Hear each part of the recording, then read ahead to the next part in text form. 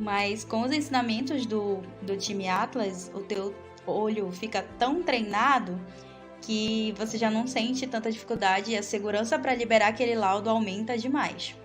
Desde o primeiro dia que eu ingressei no grupo de Telegram do time Atlas, a segurança que eu senti foi muito grande. Nenhuma dúvida é tonta ou pequena. Não importa a hora, sempre há alguém que nos brinda apoio. Com o time Atlas, a partir do momento que você acessa a plataforma, você tem acompanhamento em tempo real, 24 horas por dia, 7 dias por semana, 30 dias no mês. Qualquer dúvida que você tem, você pode contar com o pessoal. O Thiago, Larissa, Hélio, Pedro estão dispostos a nos ajudar a qualquer momento. Eu não tenho medo de liberar um resultado crítico, porque eu conto com o apoio 24 horas do Thiago, da Larissa, do Pedro e do Hélio, porque sempre que eu tenho alguma dúvida em alguma característica celular, em alguma morfologia, se eu libero, se é digno de nota, se reporta ou não reporta, eu conto com esse apoio 24 horas. O time Atlas foi uma das melhores coisas da minha vida profissional até agora, porque eu consigo auxílio não somente com as aulas, mas também com os professores que ficam dentro da plataforma. E para quem é do time Atlas, eu sugiro que vocês entrem para esse time maravilhoso, porque lá a gente aprende muito, a gente aprende com os outros, com os casos dos outros, e não importa o horário, estão sempre respondendo. Sempre tem alguém em alerta, de noite, assim, 24 horas por dia. Não é só um curso, não é só as aulas online ali que você vai assistir, mas é o aprendizado diário que a gente tem lá na comunidade, que os outros colegas passam para o time, e ali os casos são discutidos, e ali onde a gente aprende todos os dias, tem um aprendizado novo.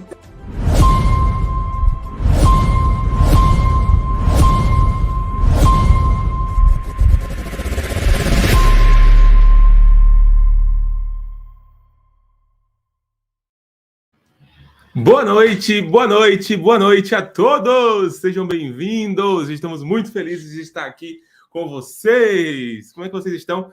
Boa noite, Larissa. Boa noite, pessoal. Boa noite. Sejam todos bem-vindos. Finalmente, né?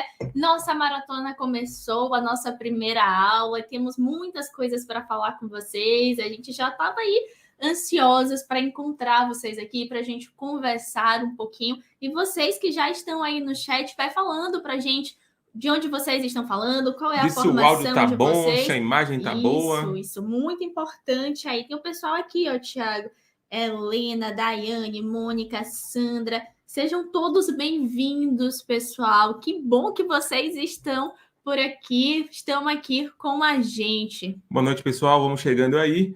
E logo de cara aqui, pessoal, diz para mim se o áudio tá bom, se a imagem tá boa. Ó, deixa eu avisar uma coisa para vocês, tá? Pessoal, que vocês que estão aqui logo cedo, com certeza vocês estão bastante interessados. Claro que tem gente que está de plantão, que vai assistir depois, que também é bastante interessado. Mas, preste atenção aqui, vocês vão me ajudar e ajudar a Larissa, que é o seguinte. Daqui a pouquinho vai começar a mandar mensagem um bocado de gente aqui falando o seguinte. Tem certificado? Vocês vão dizer, não tem certificado. Fica gravado? Fica gravado por 24 horas. Amanhã, às 8 da noite, sai do ar todas as aulas.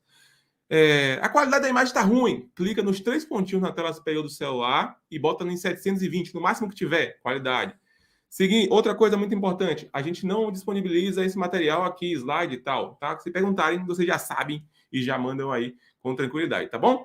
Ajudem a gente que vai ficar melhor. Já passamos de 1000 pessoas aqui, tá? E a gente, durante a aula, vai falar que a gente vai ter presente para vocês, tá? Vai ter gente que vocês vão ganhar um negócio aí para vocês no e-mail, no WhatsApp. Então, é muita coisa boa, tá? Muita gente chegando aqui. Deixa eu ver aqui, Tem muita gente de vários locais aqui. Tem gente aqui que é bom dia, né? Porque tem gente na Austrália também. Bom dia, boa tarde, boa noite.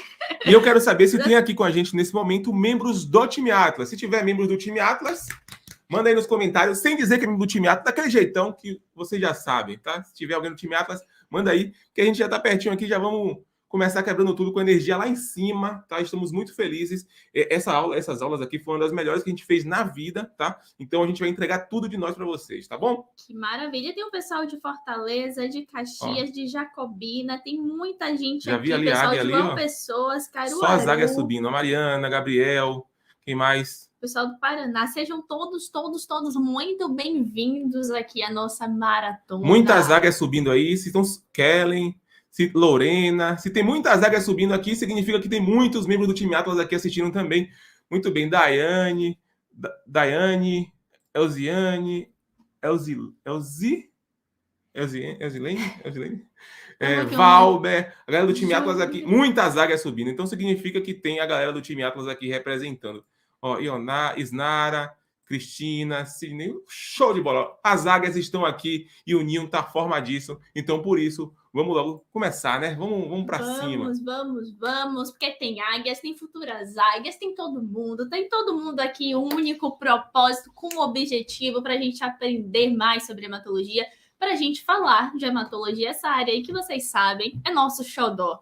Então, sejam bem-vindos aqui, porque vamos começar a nossa maratona, né, Thiago? Vai dar início à nossa largada. E antes, pessoal, da gente começar, né? Começar falando sobre hematologia, sobre a aula aqui que a gente preparou para vocês, algumas orientações importantes. Avisa em casa que agora é o momento da aula.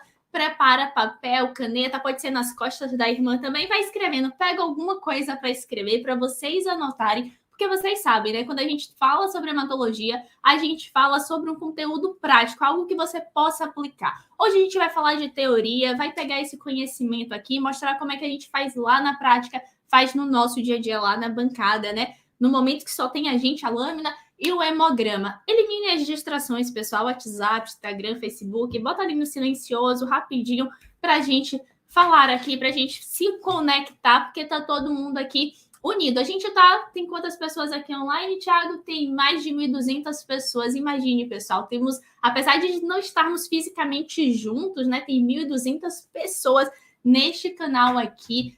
Estamos juntos, de certa forma, no início dessa maratona. Imagine aquela maratona que o pessoal sai correndo de um lado a outro da cidade. É como se a gente estivesse ali para dar início à nossa largada. E, Thiago, o que é que o pessoal faz para melhorar a qualidade do campo? Pode ser que o celular de vocês esteja com qualidade baixa no YouTube. Clica nos 3 pontinhos no canto superior da tela e coloca na melhor qualidade que tiver, tá? Vamos começar a perguntar isso daqui a pouquinho. Vamos começar a perguntar se tem certificado, é só dizer que não. Vamos perguntar se tem replay, tem por 24 horas, no máximo, até 8 horas da noite de amanhã vai estar, depois não tá mais, tá? Então é isso, tá? Vamos perguntar que horas acaba, mais ou menos 1h30 de aula, pessoal. Então, se preparem que tá pesadíssimo, tá?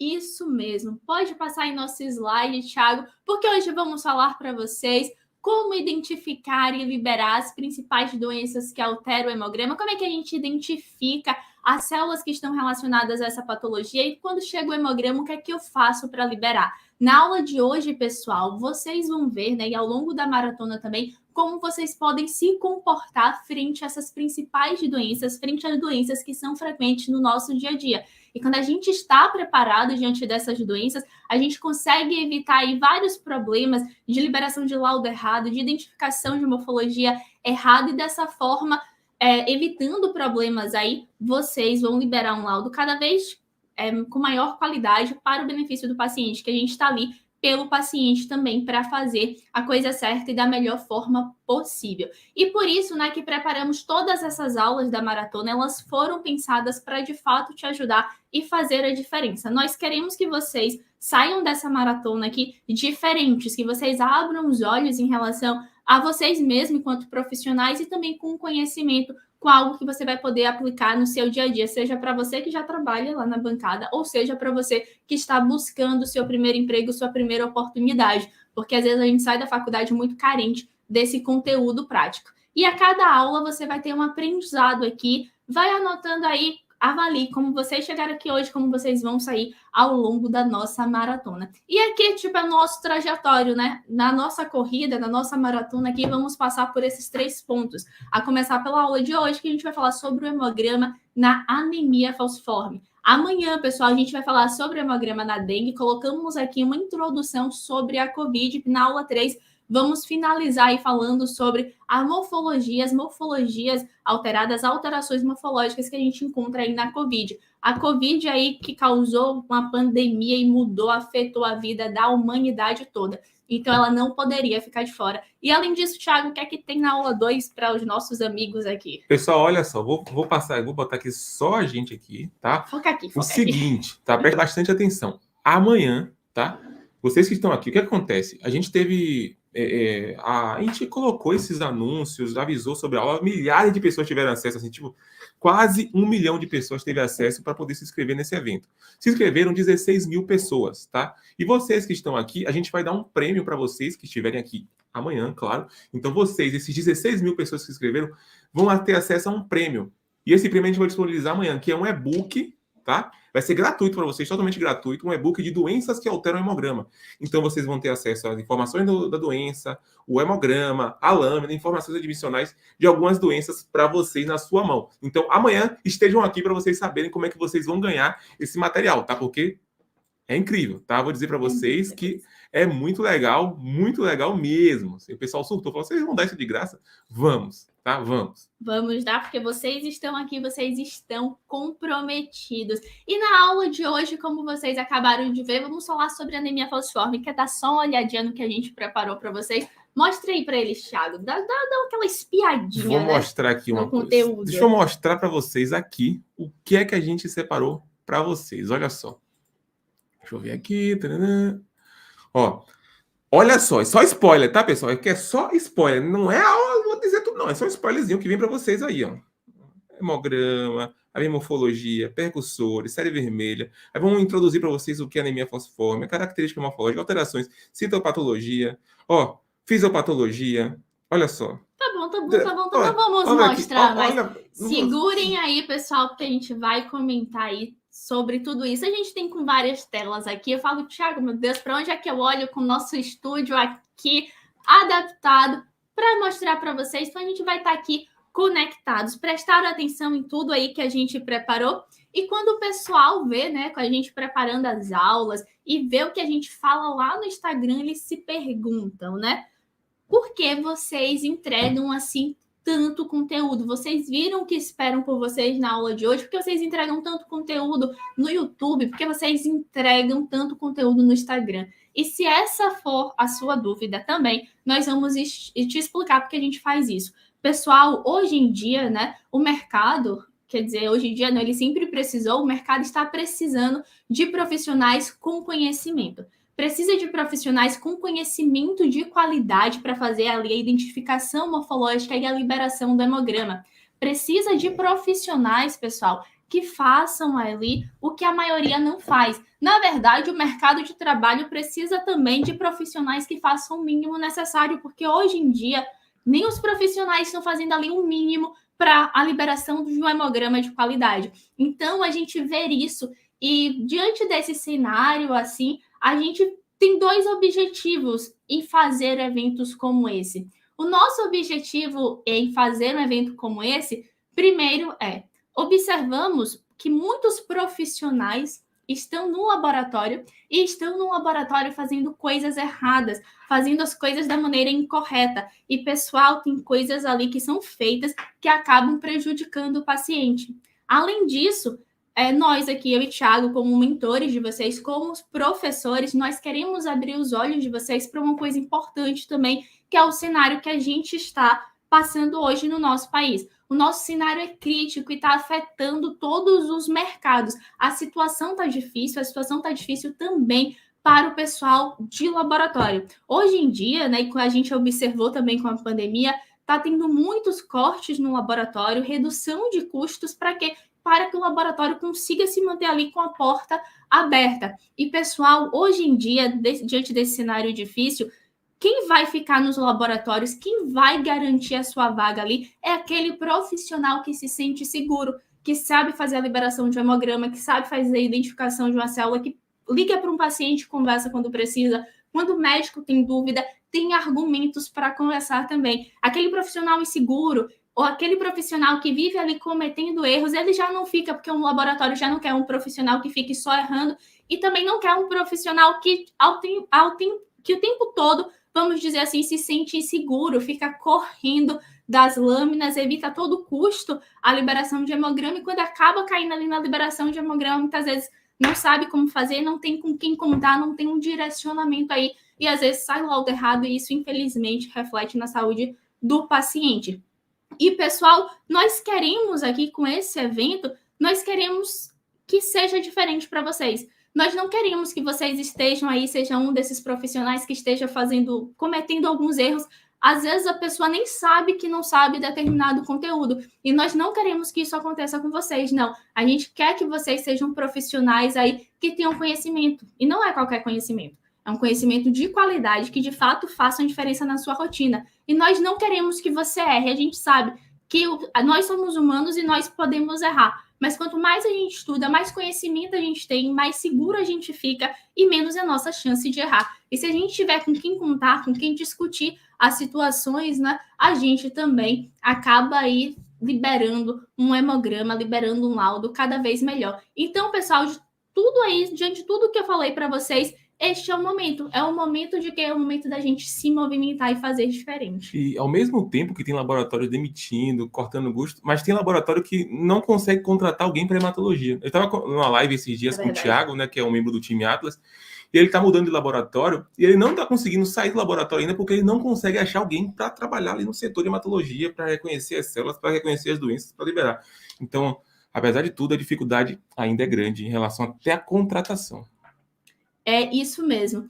E, pessoal, quando falamos de coisas erradas acontecendo no laboratório, você já deve ter ouvido falar de alguma coisa, se você já está trabalhando no laboratório, você em algum momento já ficou sabendo de algum caso que aconteceu em algum laboratório. Nós falamos isso, das coisas que estão acontecendo, porque nós prestamos consultorias para laboratórios, a gente escuta os membros lá do time Atlas e a gente também conversa com vários outros profissionais. E podemos dizer isso aí para você que atua ou que busca atuar aí na hematologia. Hoje existem muitas coisas erradas acontecendo no laboratório por falta de preparo, devido a profissionais desatualizados e que ficam acomodados. Às vezes o pessoal já tem uma vaga ali e não busca o que é uma atualização. Gente, tá vindo aí a atualização sobre leucemias, a gente vai preparar uma aula sobre isso para vocês, porque as coisas estão mudando.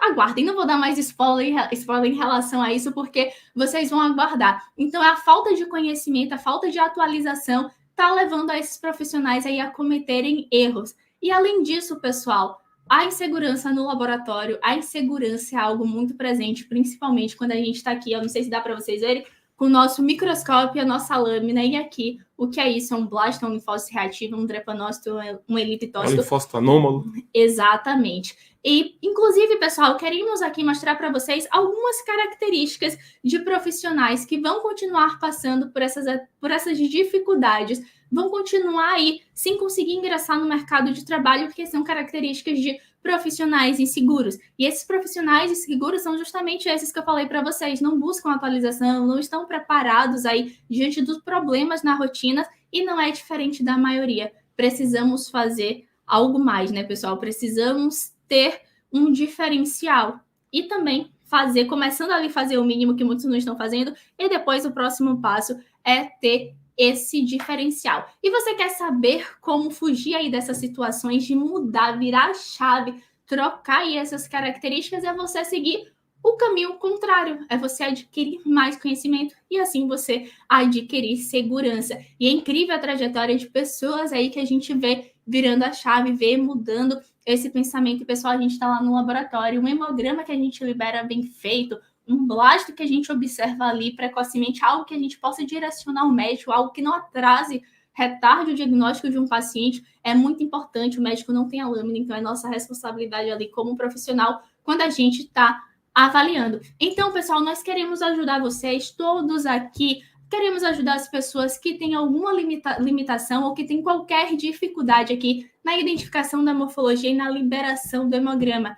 Então, este é o nosso principal objetivo. E escolhemos 3 doenças para falar aqui para vocês, que vai ser a hemograma na anemia falciforme, na dengue e na Covid, para a gente aí adquirir conhecimento, segurança e quebrar aí essa barreira das limitações. Nós já passamos por dificuldades, nós temos dificuldades e limitações, já quebramos várias, todos os dias estamos quebrando, e hoje aqui é o seu momento, ao longo dessa maratona, na verdade, é o seu momento de quebrar aí as limitações. Hoje podemos ser melhor do que fomos ontem, então é um dia melhor, um pouquinho do que a gente foi no dia anterior. Você precisa apenas escolher, pessoal, isso é uma questão de escolha. Você precisa escolher ser diferente, ser um profissional seguro.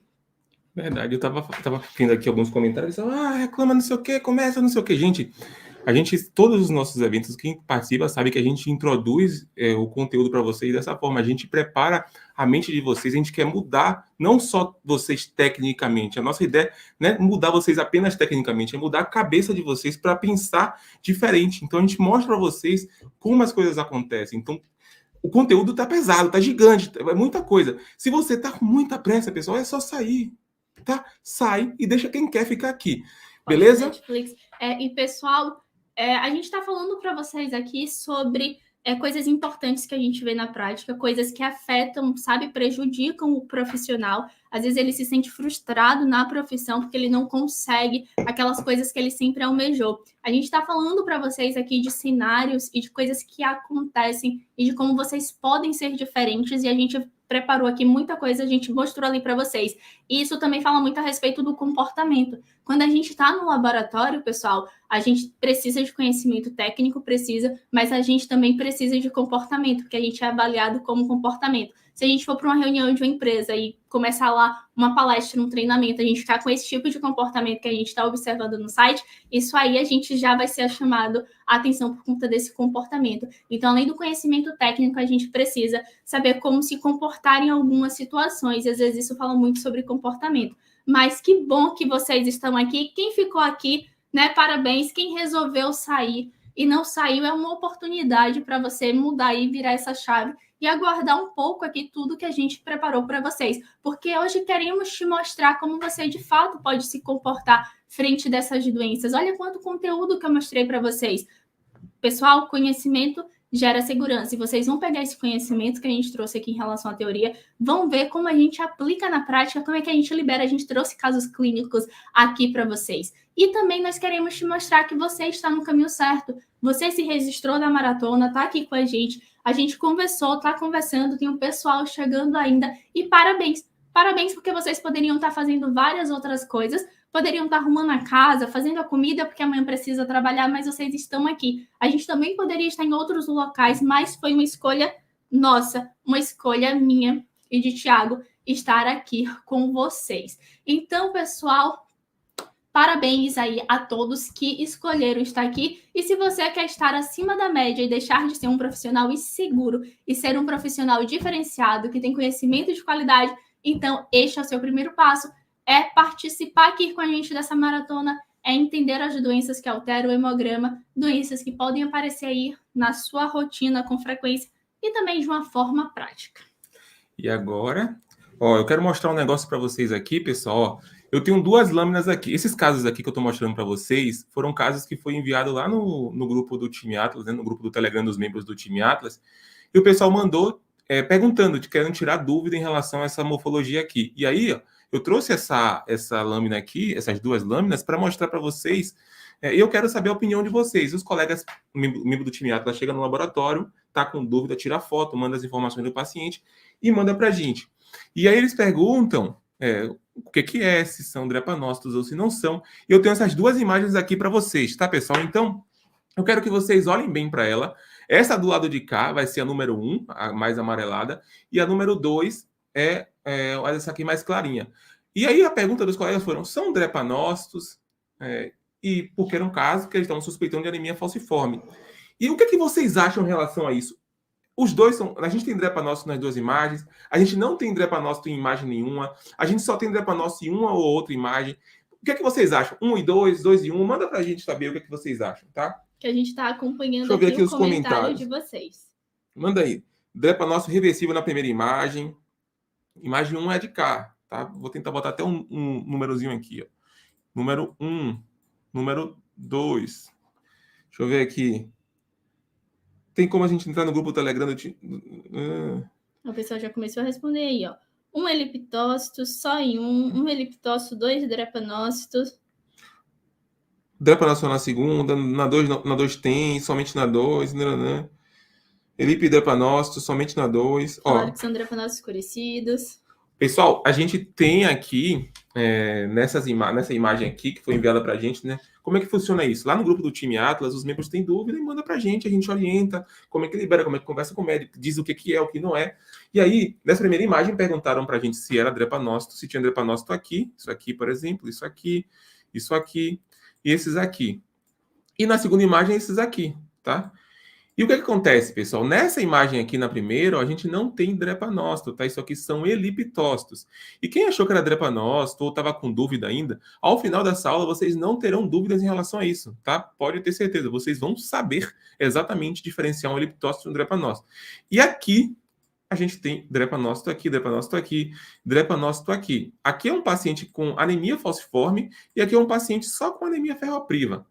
Tá? Então vocês vão terminar essa aula muito expert em relação a isso. Pode ficar bem tranquilo, tá?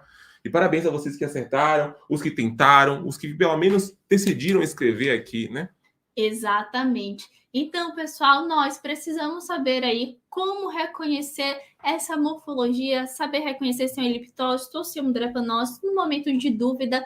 O que fazer? Poxa, Larissa, ainda não sei se é um eliptócito, estou muito na dúvida aqui. Então, como é que a gente faz? Como é que eu posso liberar? A gente vai falar isso para vocês, porque quando a gente tem esse conhecimento, a gente libera um laudo seguro, a gente libera um laudo correto. Não seja um profissional inseguro. Se você for um profissional inseguro, você vai continuar com alguns problemas. E sabe quais são eles? Sabe quais são os problemas, né, de profissionais inseguros? Não consegue, né, não sabe reconhecer se as alterações presentes na lâmina estão compatíveis com a doença do paciente. Pô, isso é um problema. Eu já vi vários casos lá no Instagram, de pessoas mandando foto de tipo RN com vários linfócitos reativos com um nucleoluzinho, perguntando se era prolinfócito. Tipo assim, se a pessoa me perguntou isso, automaticamente vem para a cabeça de quem sabe de hematologia que a pessoa não sabe absolutamente nada de hematologia, porque não liga prolinfócito com RN, não conecta, porque essa doença não faz parte. Exatamente. Não sabe também, Thiago e pessoal, o que esperar diante de uma lâmina com determinada doença. Se você recebe uma lâmina ali de um paciente com diagnóstico de linfoma do manto, você precisa saber quais são as características que você pode observar em um paciente com diagnóstico desse. São todos os linfomas que causam alterações, ali tem repercussão em sangue periférico? Não são, então a gente precisa conhecer. Se a gente pega um paciente que já vem com um CID, a gente já sabe fazer uma avaliação melhor. E ainda a gente precisa conhecer também as morfologias, saber quais são as possíveis doenças que podem estar associadas ali, porque tem paciente também que chega para a gente sem diagnóstico. E outra coisa também, Thiago, às vezes o pessoal não sabe fazer uma avaliação crítica do que está vendo. Às vezes você encontrou um eliptócito na lâmina toda. Eu relato ou não esse eliptócito, por exemplo? A gente precisa fazer uma avaliação crítica da lâmina também. E a outra questão é que não sabem responder questionamento de médico ou do paciente referente ao hemograma, ao laudo que liberou. Às vezes, quando o telefone toca no laboratório, ninguém quer atender, achando que pode ser alguém questionando, o médico questionando. Pessoal, o médico pode ligar para a gente segura, a gente conversa com o médico, a gente fala o que aconteceu. Lembrem-se, o laboratório é nossa área, a gente domina a área do laboratório, e o médico ele vai ligar para a gente, às vezes não vai ser julgando o nosso trabalho, ele vai querer saber também, a não ser que tenha acontecido algo, uma liberação totalmente ali diferente, incompatível com a clínica do paciente, o médico questione ali os laudos que foram liberados. Então, quando a gente tem conhecimento, a gente vira a chave de sair e a gente faz o oposto. E essa, pessoal, é uma maratona e você está passando aqui por ela junto com a gente, você vai chegar ao final aí.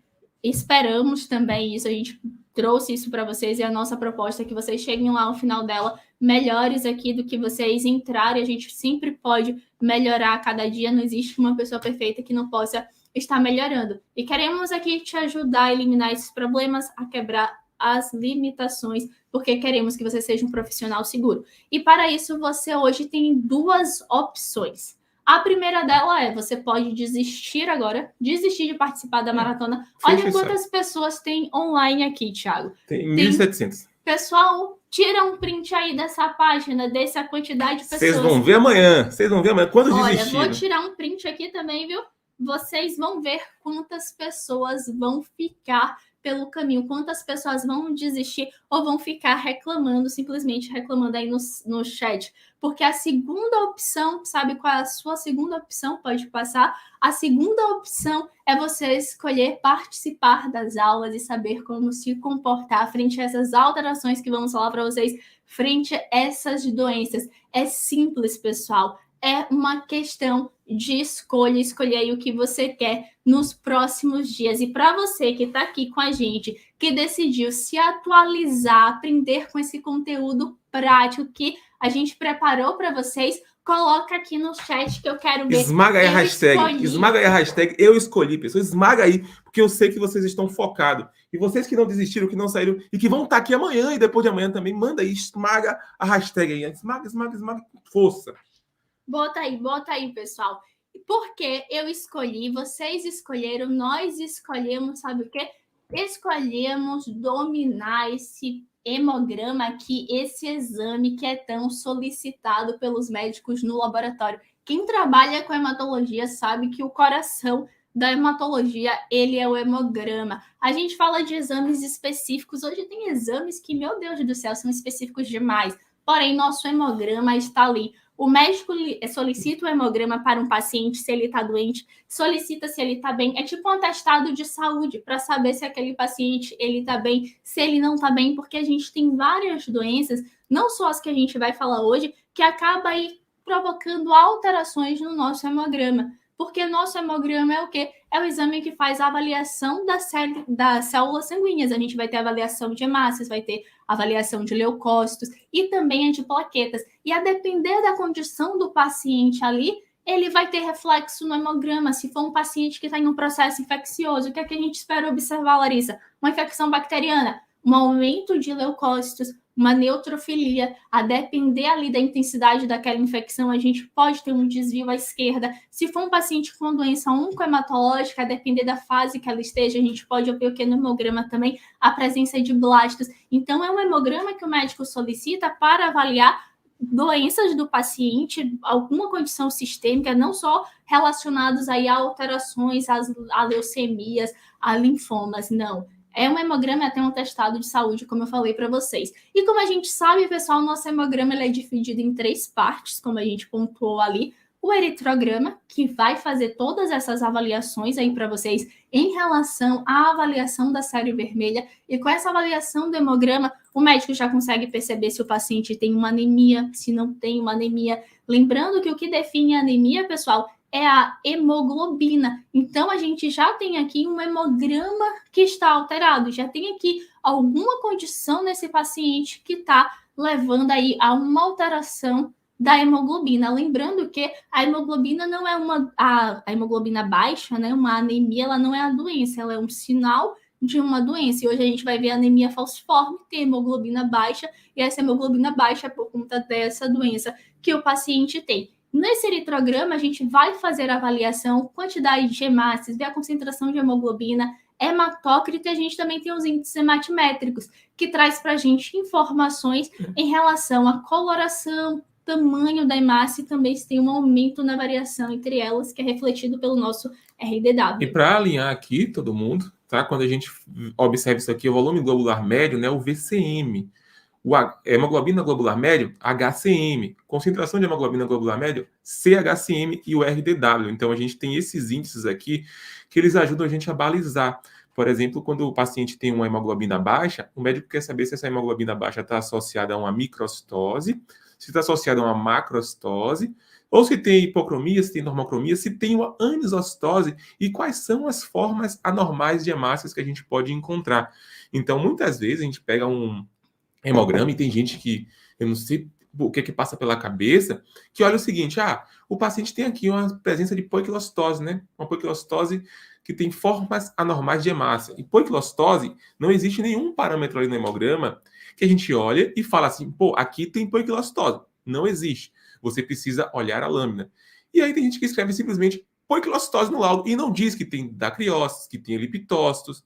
E aí o médico, eu fico imaginando como é que o médico vai descobrir quais são essas formas anormais que estão ali, já que as pessoas elas não colocam. Será que é falta de capacidade ou preguiça?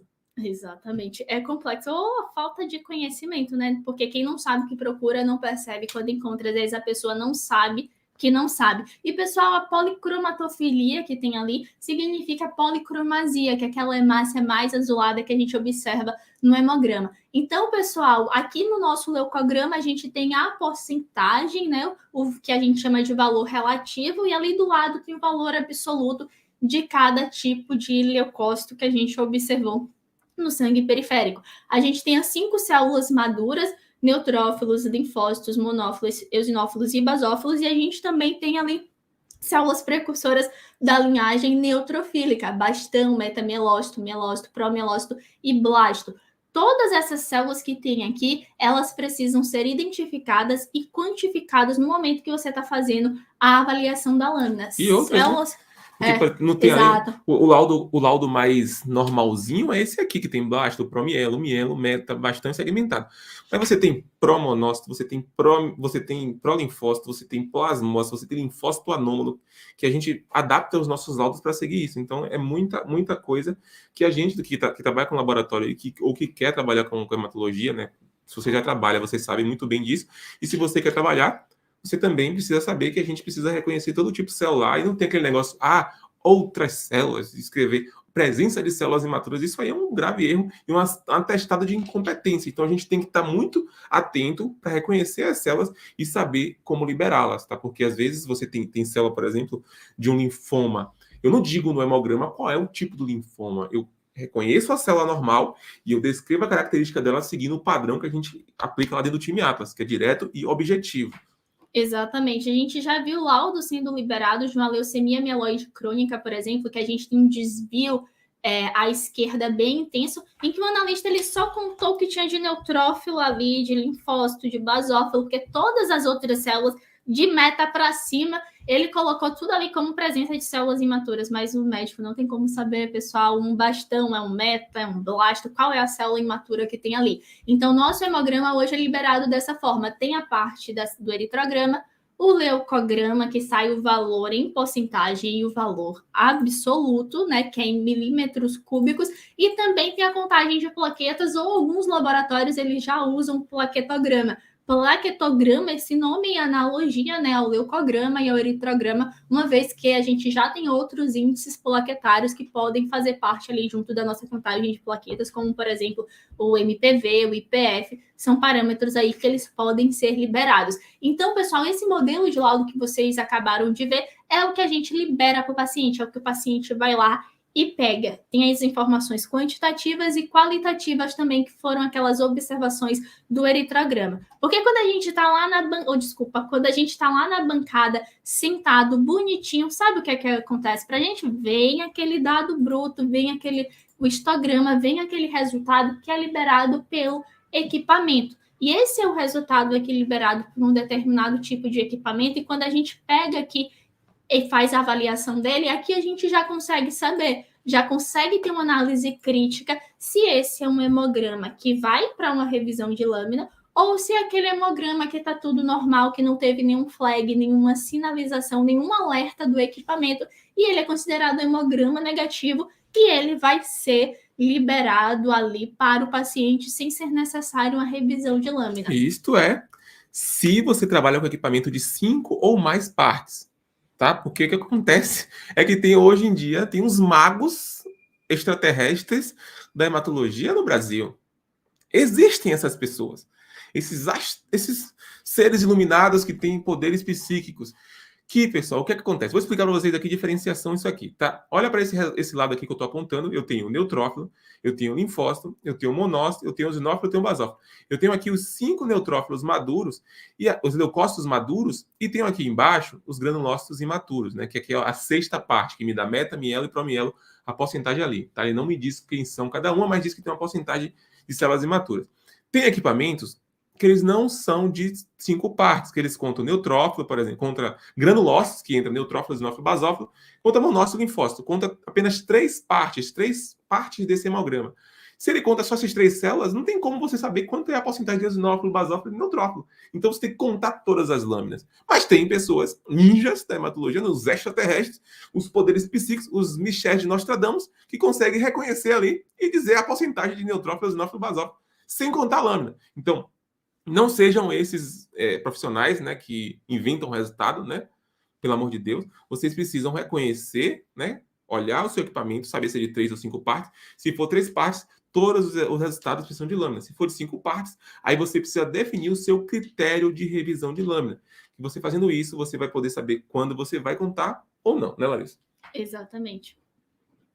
E, pessoal, como o Thiago falou para vocês, né, pode passar essa parte aí, nosso equipamento, ele tem algumas limitações. Não é tudo que o equipamento que tem ali na amostra que o equipamento vai falar para a gente. Por isso que a gente precisa fazer a avaliação morfológica. A avaliação do hemograma envolve os parâmetros quantitativos, todos os parâmetros que o equipamento libera em relação à flag, que são alertas para a gente olhar a lâmina.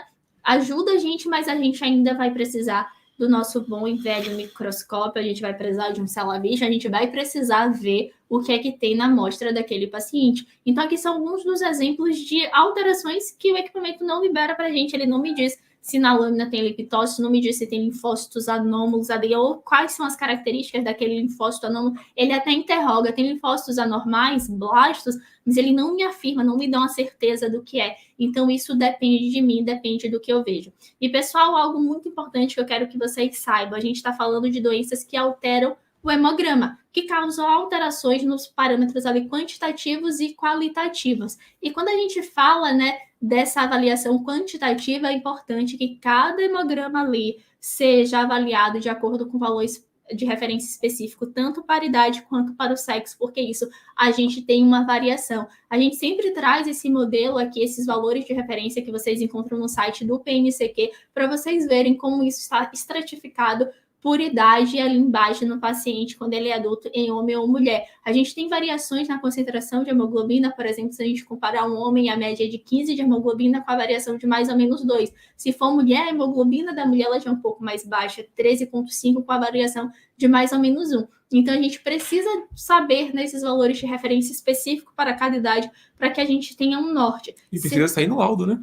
E precisa saber no laudo, porque se a gente pega um hemograma de um RN para liberar, por exemplo, com o valor de referência de um adulto, a gente tem RN e tem uma macrocitose muito importante ao nascimento. O tamanho das hemácias dessas crianças tem em média aí 110 femtolitros, que é o VCM, podendo ir de 100 até 120. Mas se eu vou avaliar aqui com o nosso valor de referência de VCM para adulto, que é de 92, olha a discrepância, né? Esse paciente tem uma macrocitose, mas essas hemácias dessas crianças maiores é normal ao nascimento, faz parte. Então, ela vai ter essas hemácias maiores e com a medida que a criança vai envelhecendo, isso vai invertendo, vai diminuindo. E isso quer dizer, pessoal, que vocês, tá? Vocês precisam, se o seu hemograma hoje não sai diferenciando um VCM para um RN para um adulto, tá saindo errado também. Então tem que ter cuidado em relação a isso. A gente recebe, às vezes, o pessoal mandando mensagem lá no direct no Instagram. Vocês sabem, são mais de 100 mil seguidores. A gente recebe pessoas perguntando assim, por exemplo, por que essa criança aqui está com VCM alto? Não, a pergunta está com macrocitose? Ela fala, depende. Qual a idade do paciente? Porque se for um RN, por exemplo, 120 está normal. É normal para ele, não tem macrocitose. Agora, 120 para um adulto já é absurdo. Então, a gente tem que sempre pensar de acordo com a idade do paciente, para não estar avaliando hemograma de RN com valor de referência de adulto, porque aí você vai estar liberando errado da mesma forma.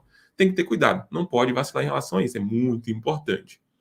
E a mesma coisa que é em relação à série branca do paciente. Ao nascimento, a gente tem um valor ali, a média da contagem global de leucócitos é 18 mil e no adulto é de 7 mil a média, né? Podendo variar aqui de 10 a 26 e aqui de 4 a 10 mil nesse valor de referência, nessa referência específica, a depender do autor, pode estar variando um pouquinho esses valores, mas aqui você já tem uma noção que a diferença é muito grande ao nascimento para um paciente adulto. Então, pessoal, doenças que alteram o hemograma. Está alterado meu VCM, não está alterado, isso aí a gente vai precisar avaliar de acordo com o valor de referência específico para a idade.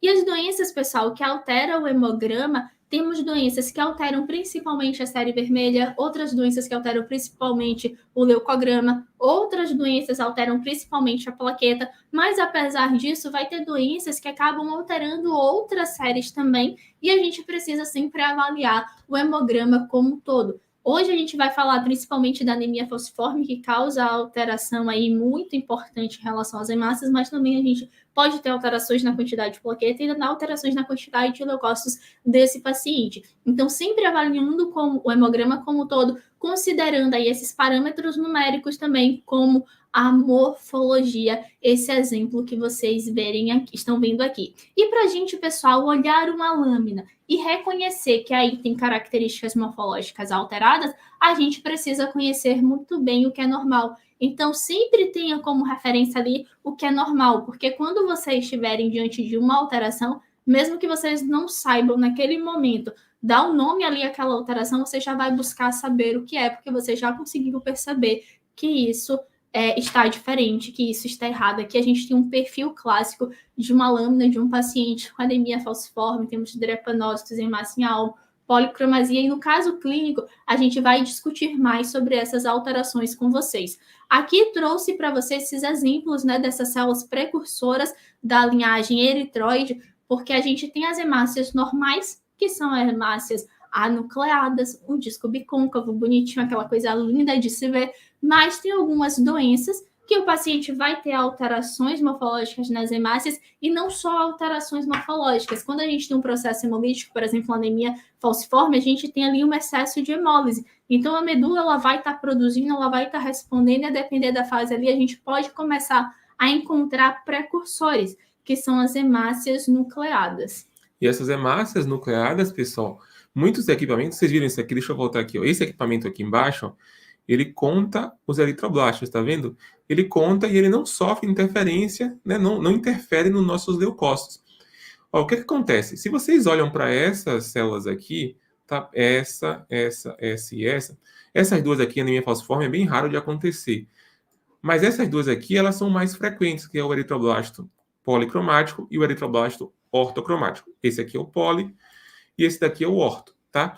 Se eu tenho aqui essas duas células, se vocês olham para ela, vocês olham, essa célula parece um linfócito, não é?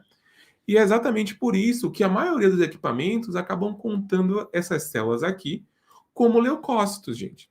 E aí a gente tem um falso aumento da contagem global de leucócitos. Então a gente tem que ter cuidado. Se o seu equipamento ele não conta, né, e não sofre interferência, ok. Mas se ele não conta e também você não conta, o leucócito do paciente vai estar alto, você não vai corrigir e vai liberar o exame errado. Então tem que ter cuidado em relação a isso. Tá muito importante. A gente vai mais para frente mostrar para vocês mais ou menos como é que funciona. Vocês vão ver, a gente consegue até escrever aqui cálculo, vamos mostrar para vocês. Mas fiquem atentos a isso. É muito importante a gente conhecer os precursores também, para não também chamar de linfócito e também não corrigir e liberar errado. Ou, por exemplo, contar e até deixar passar despercebido. Esses eritroblastos, eles são não são leucócitos, né? Como vocês estão vendo, eles são hemácias com núcleo. E eles não podem ser contados como leucócitos. A gente precisa resolver esse problema, a gente precisa corrigir esse interferente para aí a gente seguir e liberar o hemograma com qualidade. Ontem lá no time Atlas teve uma colega que mandou uma mensagem que ela estava com um paciente, não era de anemia falciforme, mas era de uma criança que estava com eritroblastose fetal e ela estava com 300 e poucos leucócitos. Tinha dado tipo 70 mil de leucócitos no paciente. Após a correção da global, foi para 17 mil. Então, de 70 mil, 80 mil para 17 mil, por conta da quantidade de eritroblastos que estavam ali. Imagina se ela libera esses 80 mil leucócitos. Eu estava falando com ela, ó, conta, aí passei o cálculo, expliquei como é que coloca na observação da série vermelha, como é que coloca a observação dos leucócitos, que tem observação que vai nos leucócitos, tem observação que vai na série vermelha. Depois a gente explica para vocês mais para frente. Então, a gente precisa, além de reconhecer, quantificar, corrigir, a gente precisa saber como é que coloca as observações. Porque, por exemplo, digamos que você pegou um paciente que estava lá com 80 mil de leucócito, você encontrou 300 eritroblastos, você corrigiu, foi para 17. E aí você não informou no laudo que você corrigiu, por exemplo. O que é que vai acontecer? Se o médico for um médico de hematologia, ele fala, ele me diz aqui que teve 300 eritroblastos, mas não está dizendo que fez a correção. Eu mesmo vou fazer a correção. Então ele vai lá e bota o paciente que estava com 80, foi para 17, que era o normal dele, depois caiu para 2 mil. O paciente que estava com leucocitose, que era normal, caiu para leucopenia. Então a gente tem que ter cuidado. Esses dias, lá no time Atlas, acontecem umas coisas bem esquisitas, tá, pessoal? Assim, de caso. Por exemplo, quando uma pessoa manda um LPA, começa a aparecer vários casos de LPA. Teve um dia que a colega mandou de manhã que encontrou 1.100 eritroblastos numa lâmina de um paciente com eritroblastose fetal. E depois de 2 horas chegou outra com 1.200 eritroblastos. Então, pensa aí você contar 1.200 eritroblastos e corrigir a global. Então, fica ligado porque isso acontece. Quando vocês tiverem a oportunidade de ir para o time, vocês vão ver como as coisas acontecem com muita facilidade lá dentro. Isso, só voltando ali, aquela última imagem que a gente tem ali, pessoal, que é o reticulócito, a gente trouxe aqui a imagem de um reticulócito corado e uma coloração especial, que é o azul de cresil brilhante. Esse reticulócito, assim, dessa forma, a gente só vê com essa coloração específica, porque na nossa lâmina, que a gente faz a contagem de leucócitos, a avaliação morfológica, esses reticulócitos, eles aparecem como uma hemácia mais azulada, que é aquela hemácia que a gente chama de policromasia, que tem policromasia, aquela hemácia policromática. Então, aquela hemácia policromática, até que a gente observa em pacientes com anemia falciforme, nada mais é do que um reticulócito que foi corado com a nossa coloração hematológica normal. Tem a captação da eosina e do azul de metilena ali, por isso a gente observa essa coloração mais azulada. E aqui a nossa série vermelha, bonitinha, sem alteração. Conheçam muito bem o que é isso aqui, o que é normal para vocês reconhecerem quando tiver alguma coisa alterada. E estudem também, conheçam as alterações morfológicas. E Thiago tá fazendo ali um desenhozinho porque é tipo nosso Da Vinci. Eu sou especialista em desenho, né? Bora lá. Oh, gente. E vamos lá, né? Como corrigir a contagem de eritroblastos, a gente vai falar para vocês logo ali na frente, logo com o nosso caso clínico. E, pessoal, vocês sabiam que a anemia falciforme é a doença hereditária monogênica mais comum do Brasil? Pois é, em algum momento, se você nunca pegou um paciente com uma anemia falciforme ou com uma doença falciforme, vocês vão pegar. Então, é importante a gente saber as características da doença e saber como é aqui a distribuição um pouco também desse gene da hemoglobina S, porque a anemia falciforme é uma doença aí caracterizada pela presença da hemoglobina S em homozigose. E como é essa hemoglobina S, Larissa? A gente vai falar um pouquinho para vocês. E eu falei para vocês, anemia falciforme e doença falciforme são dois nomes aí, dois contextos que geram muita confusão e a gente vai explicar para vocês. No Brasil, pessoal, a distribuição da hemoglobina S é bastante heterogênea, como falei para vocês, vai depender da região para região e aqui eu trouxe algum exemplo. A gente tem essa distribuição aí heterogênea por conta da miscigenação, por conta desse processo aí migratório que a gente já observou aí ao longo da nossa história. Aqui na Bahia, no nosso estado, ela é muito comum, não é uma situação difícil de você pegar na rotina, não, paciente com anemia falciforme. Lá no laboratório, pessoal, eu pego todo dia eram 10, 12 pacientes com anemia falciforme, tá? Sem contar as outras doenças falciforme, que é S com outra hemoglobina variante.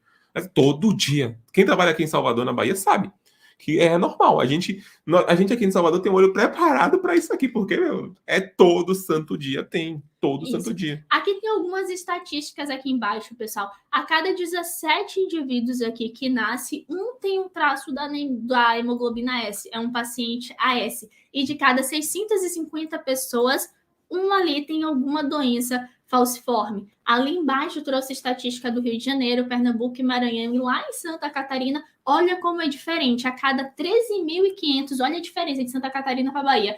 A cada 13.500 pessoas que nascem, um tem uma doença falciforme. E a cada 65, um tem algum traço ali, é um paciente AS. Então, a anemia falciforme ela não poderia ficar de fora, né, da nossa aula de forma alguma, porque a gente precisa saber como avaliar, conhecer as características do hemograma e o que fazer para liberar. Mas toda vez que a gente fala, né, sobre a anemia falciforme, a gente lembra que é uma anemia, que é uma doença que tem uma alteração da hemoglobina. O paciente ele tem a hemoglobina S em homozigose. E para a gente conseguir, né, visualizar, entender esse processo da anemia falciforme, vamos relembrar ali um pouco sobre a hemoglobina, a molécula de hemoglobina que está presente aqui nas nossas hemácias. Pessoal, a hemoglobina ela é composta por duas cadeias de globina alfa e duas cadeias de globina não alfa, que pode ser gama, delta e beta.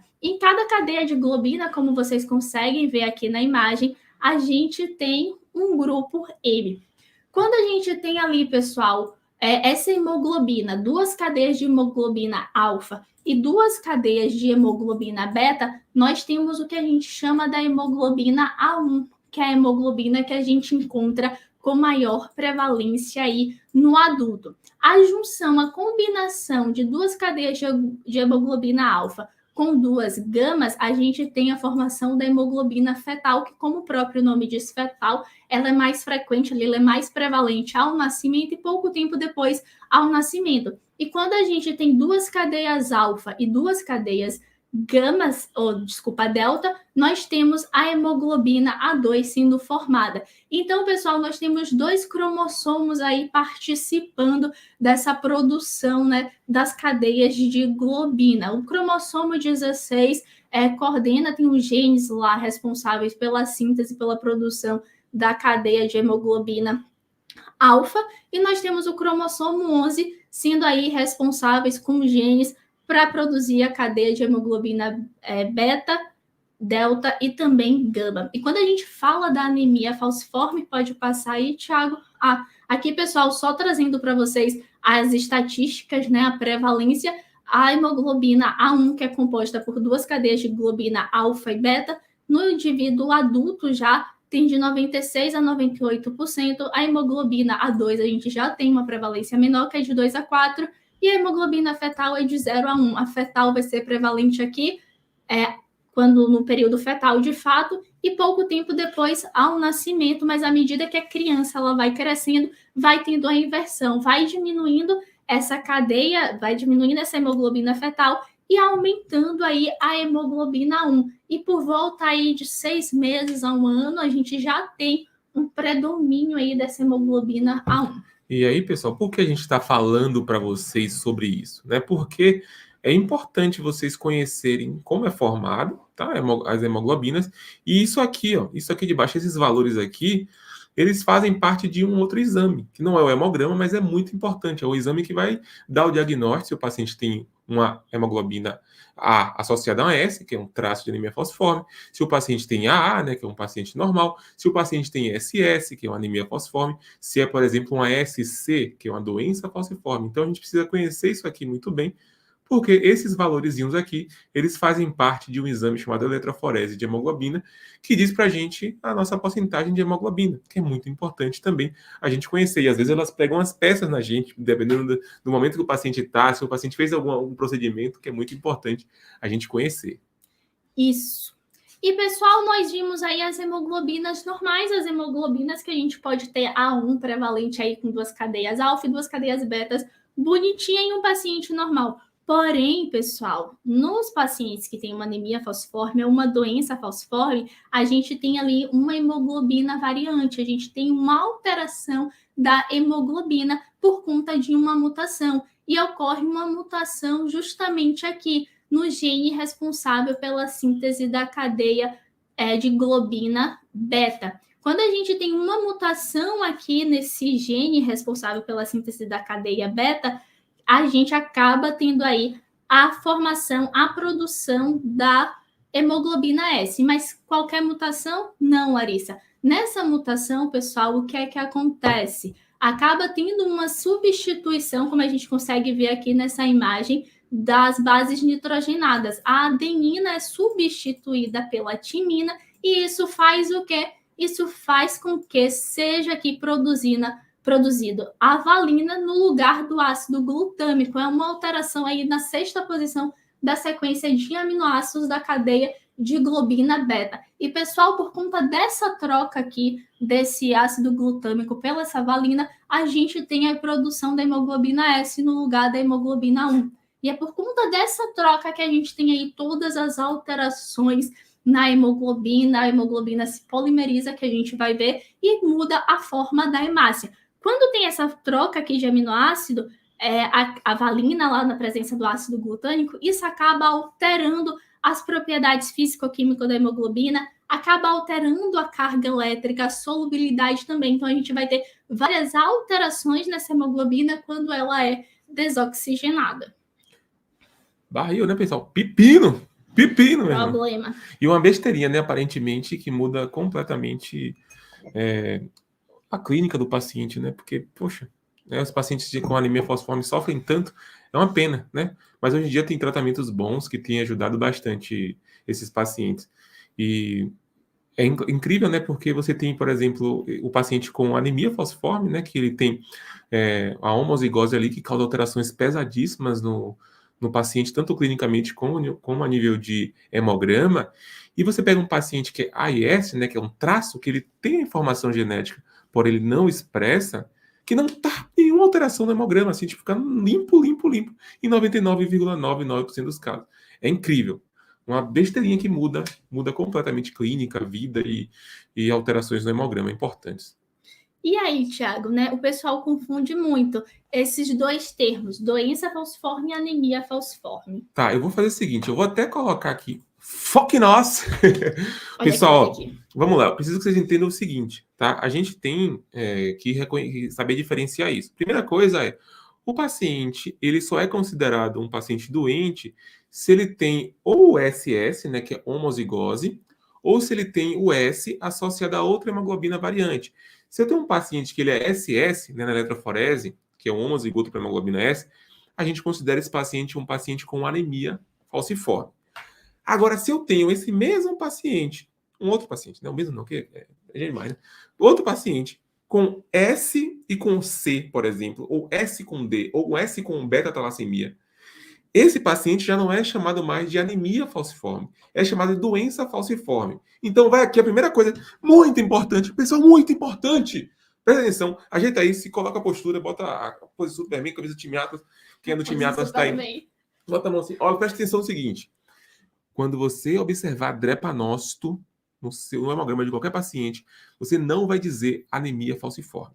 Você vai dizer, aqui eu tenho uma doença falciforme. Porque a doença falciforme, ela engloba tudo. SC, SS, SD, S-beta-talassemia, por exemplo. Está tudo aqui embaixo no guarda-chuva. Então, quando você fala doença falciforme, você pega tudo. Beleza? Agora, se você tiver acesso à eletroforese de hemoglobina que te disser que é SS, aí você pode chamar de anemia falciforme. Essa é a diferença. Anemia falciforme, SS. Doença falciforme, S com outra hemoglobina variante. Não com A. Se for A, S, é um traço, não é um paciente considerado doente, tá bom? Muito importante isso. Não? Pelo amor de Deus, né? Se vocês assistirem essa aula e falar um negócio desse, pelo amor de Deus, olha, eu vou botar de joelho no milho todo mundo aí. Thiago ficou de castigo no mídia, pessoal, e agora ele quer colocar todo mundo também. É uma experiência quando era guri, né? Exatamente. Então é importante também a gente não fazer confusão aí com doença falciforme e anemia falciforme. A anemia falciforme só está aí dentro desse grande grupo de doenças falciformes. E Thiago, bora passar aí, pode passar, porque no que diz respeito à fisiopatologia, né, da anemia falciforme, ela é complexa, pessoal, ela não é tão simples assim. Mas trazendo aqui para vocês, no tempo que a gente tem também, ela pode ser dividida em 3 partes, que seria a polimerização da hemoglobina S, a vasooclusão e também esse processo de hemólise que traz algumas consequências. A começar pela polimerização. Nós temos, pessoal, uma hemoglobina S ali naquela hemácia, uma hemoglobina que eu falei para vocês que ela é variante, tem carga elétrica diferente, tem algumas alterações nas propriedades dela. A hemácia com essa hemoglobina S, ela tem a sua forma morfológica ali redonda, bicôncava, como a gente vê aqui. Porém, quando essa hemácia, essa hemoglobina, ela cede oxigênio, forma aí a desoxihemoglobina, o que é que a gente tem? A gente tem a hemoglobina se juntando, formando polímeros, que acaba provocando a alteração morfológica da hemácia, formando aquela hemácia que a gente chama de hemácia falciforme, ou hemácia em forma de foice, que é essa hemácia aqui, que ela tem uma coloração mais escura também. Ocorre várias alterações nessas células, inclusive tem a perda de água e acaba perdendo água e ela fica esse eritrócito desidratado com essa alteração. Mas a gente, quando fala dessa polimerização, a gente precisa entender também que ela pode ser reversível a depender aí da fase dessa célula. Por exemplo, aqui, ó, essa imagem aqui, pessoal, deixa eu mostrar uma coisa para vocês. Aqui nessa lâmina, ó, eu tenho esse drepanócitozinho aqui, tá vendo que ele tá bem fininho, tem a coloração bem escura, tá vendo? E tem as pontinhas mais finas. Esse drepanócito aqui, ele é um drepanócito que a gente chama de drepanócito irreversível. A partir de agora, esse drepanócito, ele vai ser, quando ele passar pelo baço, ele vai ser mordido lá pelo macrófago e vai tirar da circulação, né? Essa hemácia aqui já era. Essa hemácia daqui de baixo, que vocês estão vendo aqui, ó, esse drepanócito aqui, parece um liptócito, né? Mas é um drepanócito, tá vendo? Ele é um drepanócito que a gente chama de reversível. que é esse daqui, nesse momentinho aqui, né? Que ele tá meio gordinho. Então ele entregou. O que acontece? O drepanócito, né? Ele tá assim, redondinho. Ele vai entregar oxigênio, entregou oxigênio para o tecido, ele vem e fica gordinho, né? É um drepanócito, é mais escuro, tá mais gordinho, não tá tão fininho. O que acontece? Ele vai lá, recebe oxigênio de novo, volta a ficar redondinho. Entrega oxigênio, fica gordinho, na fase reversível, por isso o nome reversível. O que acontece? Que chega uma hora que ele não consegue mais receber esse negócio. Nem com raiva. Nem fazendo oração ali, nem de joelho, não vai. E o que acontece? Ele fica bem fininho assim, e daí ele é retirado, é morte. Então a gente pode ter no hemograma drepanócitos reversíveis e drepanócitos irreversíveis. Os irreversíveis são mais fáceis, eles são mais escuros, são mais finos. Já o reversível é aqui que mora o perigo. Aqui mora o perigo, porque as pessoas acabam liberando isso aqui com eripitócito. Da dúvida e da confusão. E, pessoal, e se for um paciente que ele está fazendo um tratamento com hidroxiureia, por exemplo, que acaba aumentando a quantidade de hemoglobina fetal na hemácia, e quanto maior a quantidade de hemoglobina fetal, mais isso vai proteger a célula da polimerização. A gente tem pacientes que têm uma quantidade pequena de drepanócitos na lâmina, então a gente precisa ter uma avaliação bem crítica, avaliar o perfil da lâmina também, que vai trazendo alguns indicativos para a gente. Na anemia falciforme, esse paciente, por mais que tenha poucos ali drepanócitos, a gente vai ver um perfil, vai ter hemácias em alvo, vai ter policromasia, a gente pode ter a presença de inclusões, como por exemplo o corpúsculo de Raujoli, que é muito comum e isso é até um sinal de hipoesplenismo, mas a gente vai falar sobre isso mais para frente para vocês. Só uma coisa para não acabar passando. Não precisa você descrever no laudo que se é o drepanócito reversível ou irreversível, não. Tá? Sim, drepanócito é suficiente, tá, pessoal? Drepanócito é suficiente. E, pessoal, os outros processos, quais são na fisiopatologia, é a vasoclusão e hemólise. Essa hemácia que a gente viu que se falsiza, forma uma hemácia ali em foice, ela é uma hemácia que ela é mais rígida.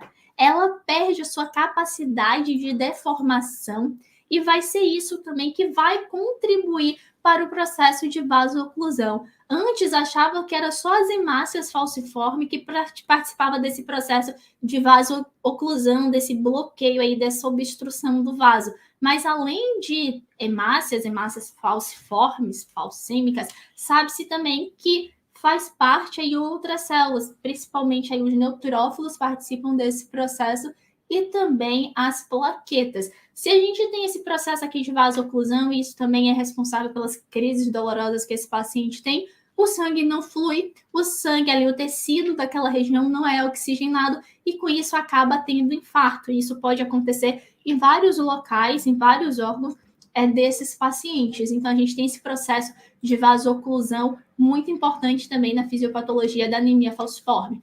E pessoal, na anemia falciforme, nós temos também um processo ali hemolítico. Temos uma anemia pelo excesso de destruição, porque essas hemácias aqui falcêmicas, elas são destruídas, o tempo de vida dela na circulação é muito menor do que uma hemácia comparada de um paciente saudável.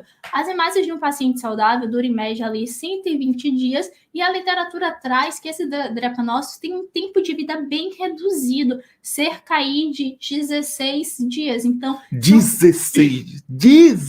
Então, são hemácias aí que elas hemolizam muito rápido.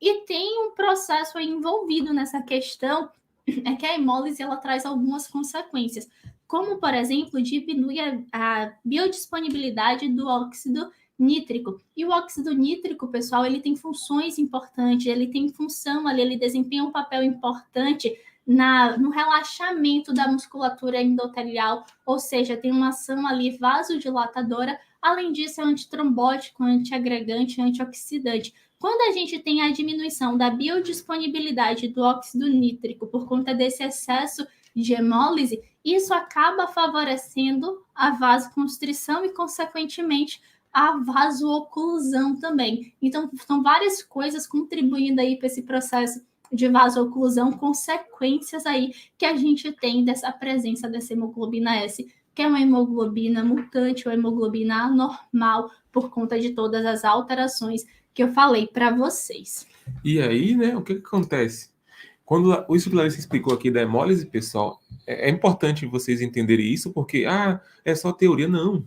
Se você entende isso aqui, você entende as alterações que a gente tem no hemograma. Se eu tenho hemólise, o que vai acontecer? A medula óssea vai bombardear de produzir mais hemácia, né? Você vai ter mais estímulos para compensar essa perda. O que acontece é que esse estímulo acontece de forma tão acelerada que o que acontece? A gente tem uma liberação de células ainda imaturas na circulação. E é por isso que eu encontro um paciente com reticulocitose, aí eu vejo no hemograma muitas hemácias policromáticas, policromasia, uma alteração que eu costumo observar com muita tranquilidade na anemia falciforme. E isso me ajuda na hora de liberar. Se é um paciente, por exemplo, com eliptocitose hereditária, quase não tem policromasia. Mas um paciente com anemia falciforme, policromasia faz parte da morfologia que a gente encontra. Então, eu já boto aqui e já pontuo para uma anemia falciforme isso aqui, já me ajuda. Não só anemia falciforme, como outra doença falciforme. Aí eu começo a pensar, eu posso ter também a presença de... Se esse estímulo ele continua acontecendo, a gente começa a exaltar as células mais jovens ainda do que os reticulócitos, que são os eritroblastos, que é o mais comum ortopoli na circulação. Então, por isso que eu tenho essas alterações. E juntando essas informações teóricas da fisiopatologia, me ajuda com muita tranquilidade a liberar o hemograma. E aí também vai vir explicações em relação a isso daqui a pouquinho, porque a gente também tem corpúsculo de Raujoli. Isso também ajuda na hora de liberar. Então, é muito importante. Exatamente. E tem muitos tratamentos também envolvendo aí as fases dessa doença. Tem a hidroxiureia, que busca aumentar a quantidade de hemoglobina fetal, que vai proteger aí a hemácia, de certa forma, vai diminuir a quantidade de polimerização. Pessoal, a gente falou de paciente com anemia falciforme, que ele é homozigoto para hemoglobina S, ele é um SS, porém tem alguns pacientes, a gente vai falar mais para frente, que eles apenas têm o traço da hemoglobina S. Ele tem um traço da hemoglobina S, mas ele não é um paciente que tem a doença anemia falciforme, ele é um heterozigoto, então ele é um AS, ele apenas tem um traço, não tem a manifestação da doença, não tem todas essas alterações aqui que a gente está falando para você. Quando você pega o hemograma de um paciente que é AS, você não vê essas alterações, tá bom? É diferente. Anemia falciforme, SS, doença falciforme, é a hemoglobina S com uma outra, e que não é homozigoto, a hemoglobina S já é uma hemoglobina variante com uma outra hemoglobina variante, que também não é um paciente AS. Ficou claro em relação a isso?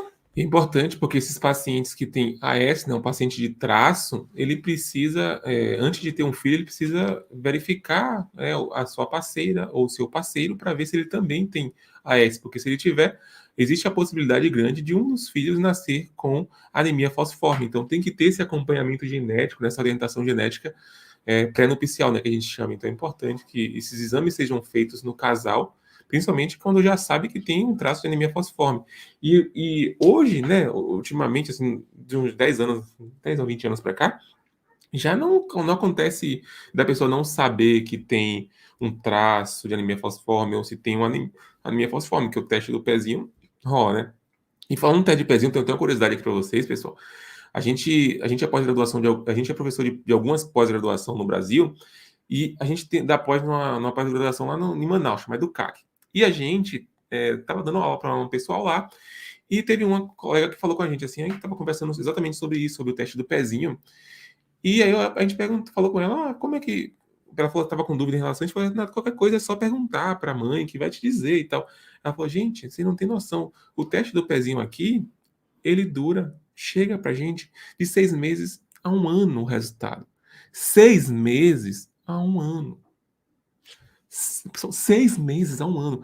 Aqui em Salvador, é 24 horas, 48 horas.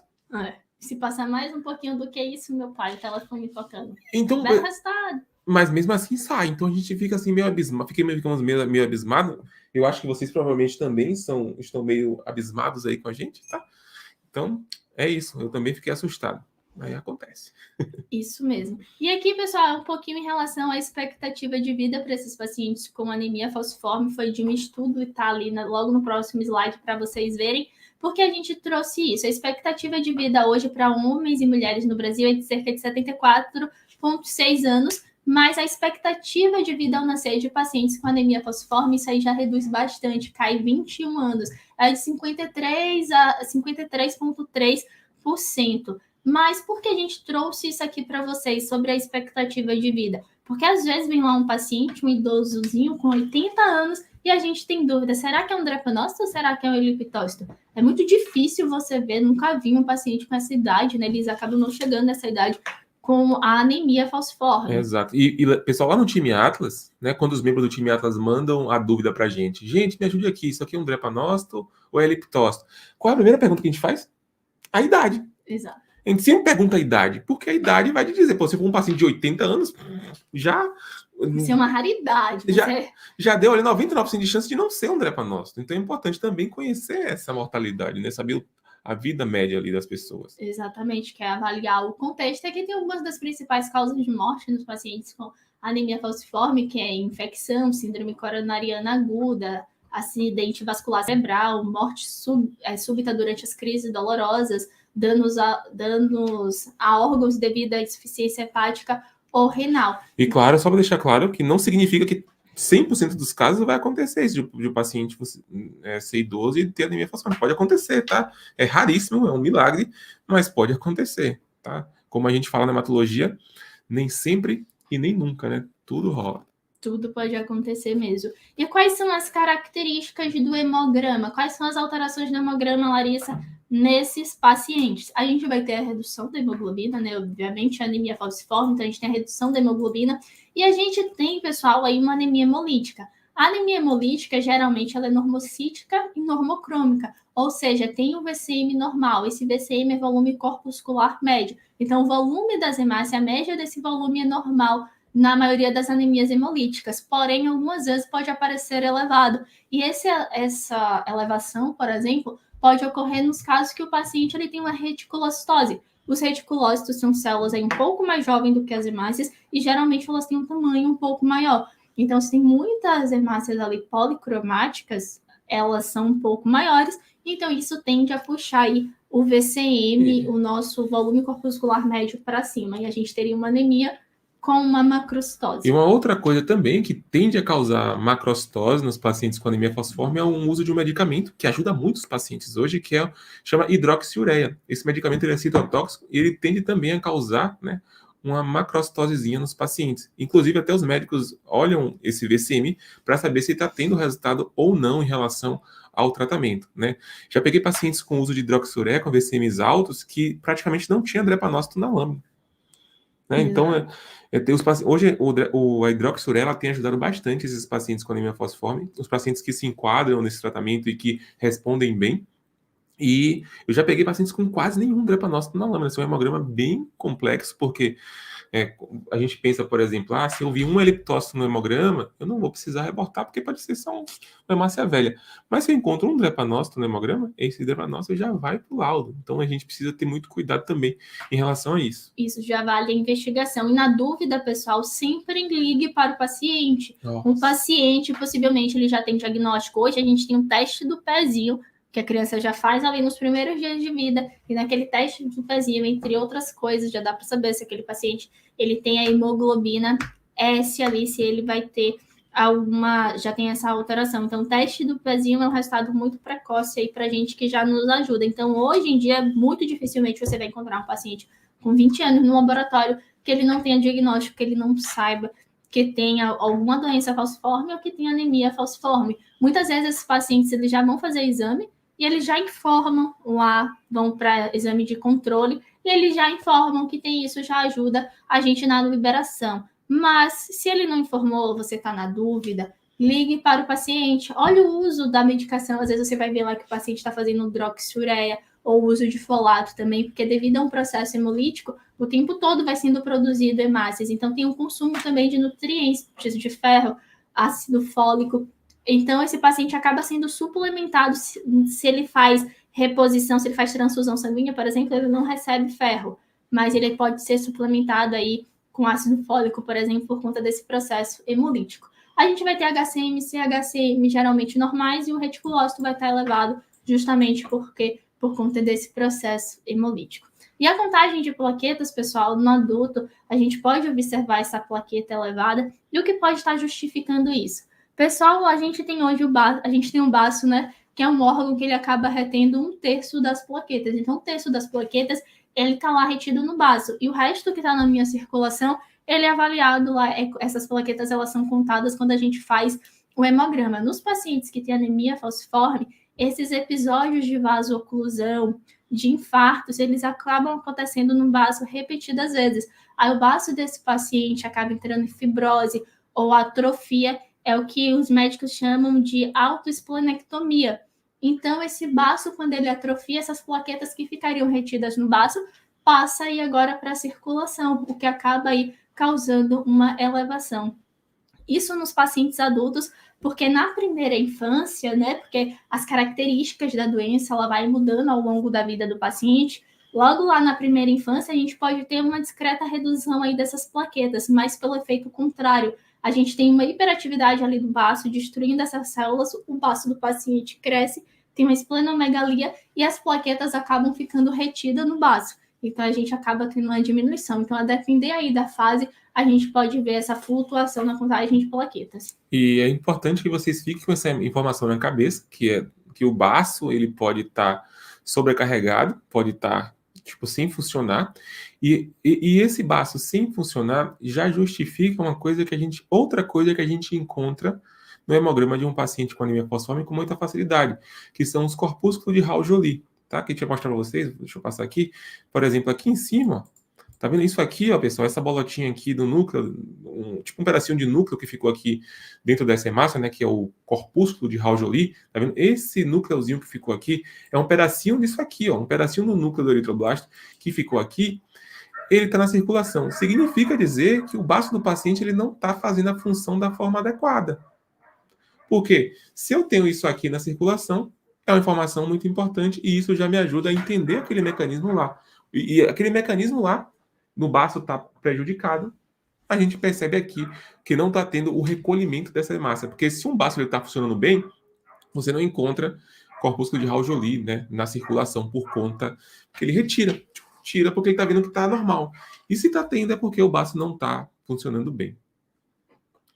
E a nível de leucócitos também temos alterações. Isso mesmo. A contagem de leucócitos, pessoal, ela pode ser variável, pode estar aumentada, normal, ou diminuída, vai depender, mas a gente pode observar aí com frequência essa contagem global elevada se o paciente estiver na crise hemolítica ou se o paciente tiver ali alguma infecção, algum processo inflamatório que é muito associado à doença, então a gente pode sim observar a elevação de leucócitos. Deixa eu só fazer uma troca aqui. O que acontece, pessoal? A gente precisa estar atento ao seguinte, eu quero que vocês nesse momento fiquem tranquilos em relação a isso, tá? Tem gente que não tem esse conhecimento ainda, tá engatinhando na leitura de lâminas, tá? Nós vamos ajudar vocês no processo. A gente recebe muitos membros do time Atlas exatamente assim, eles chegam lá pra gente com primeira semana desesperado, não sabe nada, começa a acompanhar o grupo, né? Começa a acompanhar o time, começa a assistir as aulas do curso de leitura de lâminas, começa a participar do treinamento de leitura de lâminas, 3 mesezinhos, a parada já mudou, os olhos já estão completamente diferenciados. Então, fiquem tranquilos, tá? Relaxe, porque as coisas elas acontecem, só depende mesmo de vocês, tá? Deixa eu botar aqui para a gente poder voltar aqui para a lâmina que eu quero agora escrever. Vocês estão vendo aí, né, o slide, deixa eu voltar aqui para a tela da gente. Ok, estão vendo o slide de novo. E bora lá, né? Vamos falar sobre morfologia também agora, né? Vamos entrar mais em morfologia, mas eu quero mostrar para vocês algumas morfologias aqui importantes. Ó, aqui, pessoal, essa hemácia aqui, ó, com núcleo, tá vendo? Olha para essa hemácia aqui, tá vendo? Percebam a coloração dessa hemácia. Agora, olhem para aqui, para o lado, e percebam que a coloração dessa célula é a mesma, tá? Algumas pessoas podem confundir isso com um linfócito. Concorda comigo? Mas se você olha para essa hemácia, para o citoplasma disso aqui, e olha para daqui, é exatamente a mesma coisa. E aí eu tenho esse núcleo bem escuro, que a gente chama de núcleo picnótico, né, no eritroblasto, que ele vai ser expulso, né? A hemácia não é uma célula sem núcleo, esse núcleo vai sair. E por isso ele é bem pequenininho e bem escuro e lateralizado, porque ele vai ser expulso. E o que acontece? Quando ele vai ser expulso, algumas vezes no paciente com anemia falciforme, ele deixa um pedacinho desse núcleo aqui em cima dessa célula, que é isso aqui, ó, que é o corpúsculo de Raul-Joly. Então, lembra que a gente falou lá, ó, policromasia por conta do aumento do reticulócito, corpúsculo de Raul-Joly, drepanócito, que a gente encontra aqui com muita facilidade. E também uma coisa que é bem comum de a gente encontrar, que são as hemácias em alvo, né? Que hemácia em alvo a gente chama de arroz em festa. Isso, tá em praticamente tudo. E, pessoal, o RDW ele vai estar elevado por conta da variação, do aumento da variação de tamanho entre as hemácias. A gente aí tem hemácia que está variando no seu tamanho. Você tem hemácia normal, ou você tem hemácia drepanocítica aqui, falciforme. Aí você tem hemácia redondinha. Então você tem variação no tamanho, tá? Ah, isso aqui é muito importante também, né? Isso aqui Isso é mesmo. muito importante. O hemograma, pessoal, do RN, que o RN lá, o bebê lá, é a princesinha ou o príncipe da mamãe. Quem já trabalhou com maternidade sabe que é um tipo de amostra muito difícil para a gente até conseguir uma recoleta. São as amostras aí desses RNs. Então, toda atenção é pouco, principalmente quando vem aquele tubo lá micro com esse príncipe, essa princesa da mamãe. A gente precisa, lembra que eu falei para vocês que no período fetal e ao nascimento, pouco tempo depois do nascimento ali, a gente tem o predomínio da hemoglobina fetal. Porém, à medida que a criança ela vai envelhecendo, lá por volta de 6 meses a 1 ano, a gente já tem a prevalência da hemoglobina 1. A hemoglobina fetal ela vai diminuindo e a 1 ela vai sendo produzida. Isso no paciente normal. Porém, no paciente que ele é homozigoto para a hemoglobina S, à medida que essa hemoglobina fetal ela vai diminuindo, né, vai sendo produzida a hemoglobina S, a hemoglobina alterada, no lugar dessa hemoglobina A1. Então, pessoal, tanto é que as manifestações clínicas, as alterações mais frequentes da doença, vai começar aí por volta dos 6 meses. A nível do hemograma, os índices hematimétricos e as contagens geralmente são normais, porém, apesar da quantidade baixa aí que a gente vai ter dessa hemoglobina S em um paciente como esse, a gente pode encontrar ocasionalmente um ou outro drepanócito, mas é por volta aí do 4º também ao 6º mês de vida, que também às vezes pode variar da literatura, mas eles trazem bem estreito aqui, do 4º, 6º mês a 1 ano, que a gente vai começar a ter os sinais da anemia falciforme e os drepanócitos, eles começam a aparecer, começam a ser mais frequentes. Então aí a gente tem por volta do 4º ao 6º mês com essas características mais frequentes, já que a gente já tem um aumento da hemoglobina S, essa hemoglobina que, quando desoxigenada, polimeriza, altera a forma da hemácia e causa todas aquelas alterações que a gente viu. Tem muita gente falando aqui no comentário assim, que aula linda, que aula maravilhosa, que aula top. Pessoal, vocês não perdem por esperar o que vai ter amanhã. Se vocês estão achando essa de hoje boa, a de amanhã surreal. Eu só digo para vocês, não percam, porque se vocês perderem, vai ser o maior arrependimento da vida de vocês, tá? Pessoal, aqui eu tenho uma eletroforese de hemoglobina. E aqui, ó, o que acontece? Eu tenho esse exame aqui, que foi feito por HPLC, que eu tenho aqui os valores de referência, por exemplo, A1, que é para ser superior a 95, o A2, que é de 1,5 a 3,7, o paciente de fetal, que está 19,6, né? Que era para ser até inferior a 2. E aqui, pessoal, tá vendo que esse paciente aqui ele não tem a hemoglobina 1, que era para ter aqui 95%.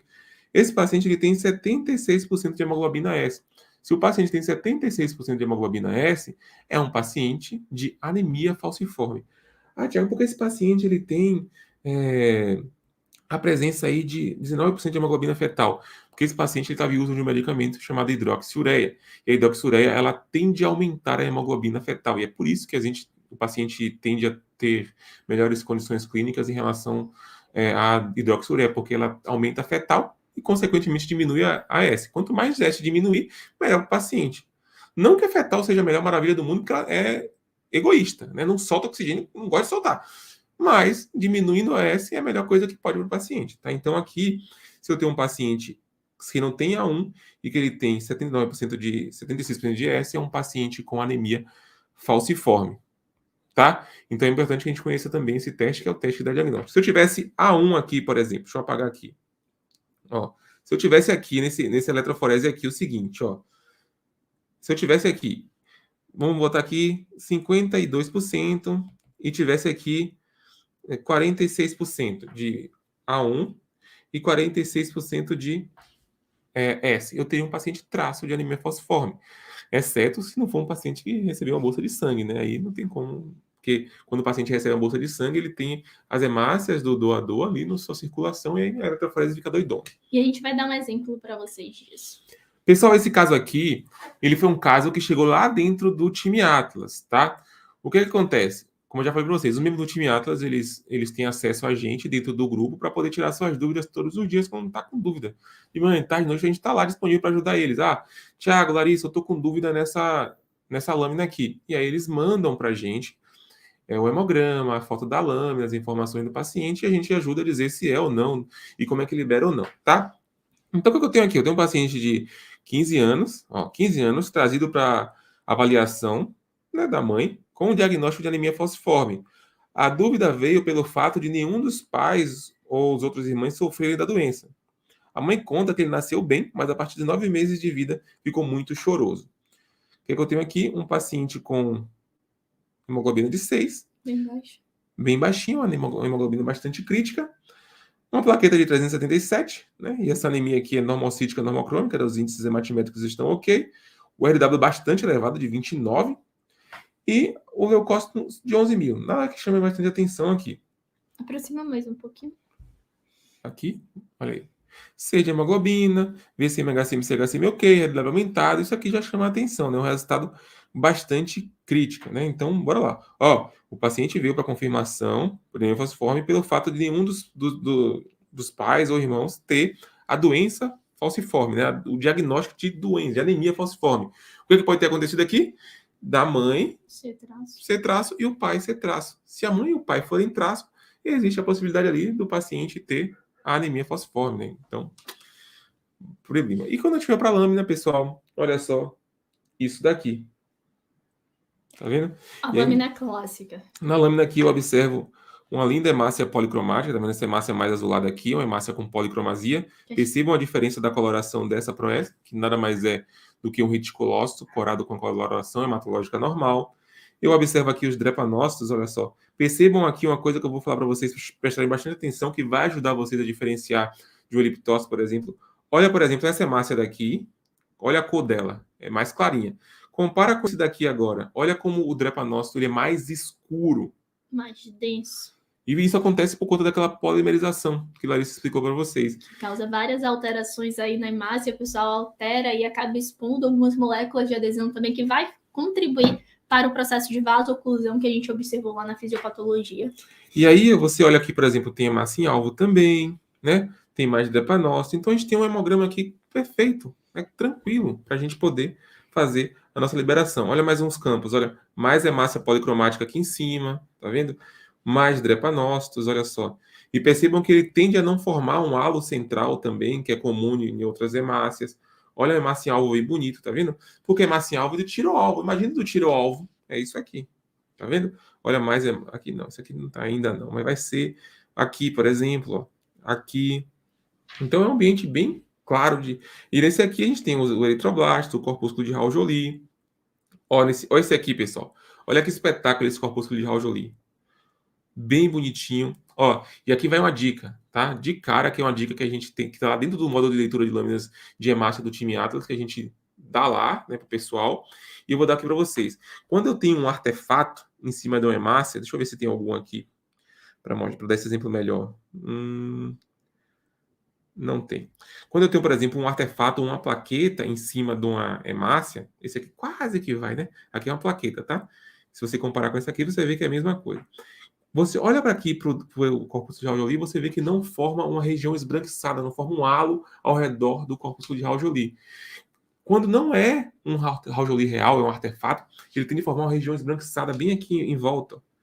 Isso já aponta e ajuda a gente, tá? Pessoal, isso aqui, ó, esse caso aqui foi um caso que aconteceu lá dentro do time Atlas também, tá? O colega lá do time Atlas, um membro, mandou pra gente a dúvida. Ele mandou, gente, tô com os drepanócitos aqui na lâmina desse paciente. Aí eu falei, manda, qual a idade do paciente? 80 e poucos anos. Falei, 80 e poucos anos? Será? Beleza. Aí quando chegou a lâmina, pessoal, a gente acabou de perceber, olhando esse hemograma aqui, essa lâmina aqui, que aqui, na verdade, a gente não tem drepanócitos. São alterações artefatuais, tá vendo? Tem a pontinha fina, porém não tem a coloração densa, da mesma cor que as outras hemácias, tá vendo? E tá todo mundo apontando para o mesmo lado. Se tá todo mundo apontando para o mesmo lado, significa que é um problema de esfregaço. Olha só, todo mundo apontando para o mesmo lado. Você olha por de cá, ó, olha só. esse apontando para o lado, esse apontando para cima, esse para cá. Ó, esse para cima, esse para outro lado, esse para o lado de cá. Então você tem direções diferentes. Isso fala para a gente que é real. Tanto para eliptócito, como para drepanócito, como dacriócito, eles não podem apontar tudo para o mesmo lado. Se está apontando tudo para o mesmo lado, é um problema de esfregaço. Tá? Exatamente. Aqui, outros exames que é importante a gente buscar, né? A gente não pode olhar só o hemograma, a gente precisa olhar a avaliação do hemograma como um todo, né? Exatamente, pessoal. Quando a gente fala do hemograma, da avaliação dele, a gente tem também outros exames no laboratório, no setor vizinho lá na bioquímica, mas hemato é mais legal, mas também tem exame lá na bioquímica, que pode ajudar aí na nossa investigação. A gente está falando de um processo hemolítico, então nesses pacientes apresenta aí a elevação da bilirrubina, a gente tem uma bilirrubina alta, as custas ali de uma bilirrubina indireta, a gente também tem o LDH aumentado, porque se trata de um processo hemolítico, marcadores aqui de hemólise. Então, você vai lá e dá uma olhada também no setor, que vai te ajudar, como nesses exemplos que a gente trouxe aqui, ó, o vermelhinho aqui, pessoal, é porque está alterado. A bilirrubina desse paciente total está de 2, a bilirrubina 2,61, a indireta está de 2, a direta está de 0,61 e aqui a gente tem LDH de mais de 600. E aqui é um caso bem interessante aqui que não pode deixar, né, de passar. Não podemos deixar de falar para vocês um caso como esse, porque isso a gente pega muito na rotina e aí o analista começa a ficar com o cabelo em pé. O que é que aconteceu nesse hemograma aqui? Ou nessa eletroforese? Pessoal, olha essa eletroforese aqui, tá? Eu tenho 64% de A1. Lembra que eu falei com vocês? 27% de S. E aí você olha para isso aqui e você fala, é um paciente traço de anemia falciforme. O problema é que no hemograma anterior saiu drepanócito. Como é que o paciente traço de anemia falciforme tem drepanócito? Não tem. O que aconteceu foi o seguinte, a gente foi buscar o histórico do paciente, olha só. Ele veio o histórico dele, 0 de A1, 0 de A1, 0 de A1, 0 de A1. Aqui são os históricos passados, tudo de 0 de hemoglobina 1. E de repente, esse paciente agora tem 64 de A1. O que aconteceu? Foi simples. A gente tem um paciente aqui, com as hemácias deles aqui, né, os drepanócitozinhos aqui. Só que ele foi o seguinte, ele foi fazer um tratamento de bolsa de sangue. Na bolsa de sangue, nós temos hemácias normais. E aí você veio para cá e começou a misturar aqui. Hemácia normal com hemácia falsizada. E aí eu tenho a mistura do sangue do paciente com o sangue do doador da bolsa. E aí por isso eu tenho a hemoglobina S, ou A1, ali presente. Só isso. É por isso importante a gente conhecer o histórico do paciente também, porque senão a gente fica cabelo em pé, fica doido no laboratório. Isso. Se ele não fez transfusão, pessoal, aí foi troca de amostra. Aí você vai recoletar lá, vai ver o que aconteceu. Ou é transfusão, porque não tem um tratamento que aumenta A1. Não tem. É transfusão. Dessa forma, assim, não, dessa forma que a gente mostrou aqui para vocês, ou é transfusão, ou foi coleta, ou foi troca de amostra no período que se tem. Aí, além disso, pessoal, nós falamos daquele caso para vocês que o paciente ele tem traço, ele não manifesta a doença. Que esses pacientes com traço, ele tem a maioria ali, mais de 50% de A1 e uma menor quantidade de S, como nesse exemplo. E ali do lado é um teste umas imagens que a gente trouxe para vocês de um teste de falsização, que é um método que a gente vai induzir essas hemácias a uma baixa concentração de oxigênio, vai induzir ali um ambiente de hipóxia. E quando a gente está induzindo esse ambiente, as hemácias vão fazer o quê? Acabam liberando oxigênio. E quando libera oxigênio, as hemácias que têm a hemoglobina S, elas vão se falsizar, porque a hemoglobina S se polimeriza. Apesar do paciente com traço falciforme ele não ter alterações ali a nível de hemograma morfologicamente, no teste de triagem pode aparecer tanto para o paciente que é traço, ou quanto para o paciente que ele é homozigoto ou tem alguma doença falciforme. Então é isso, o teste de falsização ele não dá diagnóstico, tá? Ele aponta, apenas diz que tem S. Tem S com SS, SC, S-beta-talassemia, AS, então ele só diz que tem S. Então não é um teste confirmatório, é um teste de avaliação ali para saber se tem S. Acabou, é uma triagem, tá? Não serve para muita coisa de diagnóstico não, tá? É triagem, porque a gente vai precisar da eletroforese de aqui a gente trouxe um paciente também, pessoal, que ele tem aqui, ó, ele 0 de A1, tá vendo? Não tem A1. Ele tem 50 de S e tem 43 de C. É um paciente com doença falciforme. Então ele tem S e ele tem C. Mas ele não é um paciente de anemia falciforme. E na lâmina eu costumo observar isso aqui, ó, muita hemácia em alvo desses pacientes, tá? Tem muita mais hemácia em alvo que o drepanócito, por exemplo. E, por exemplo, aqui, ó, nesse campo aqui você vê, tipo, quase nada. Você tem muito alvo, policromasia, né?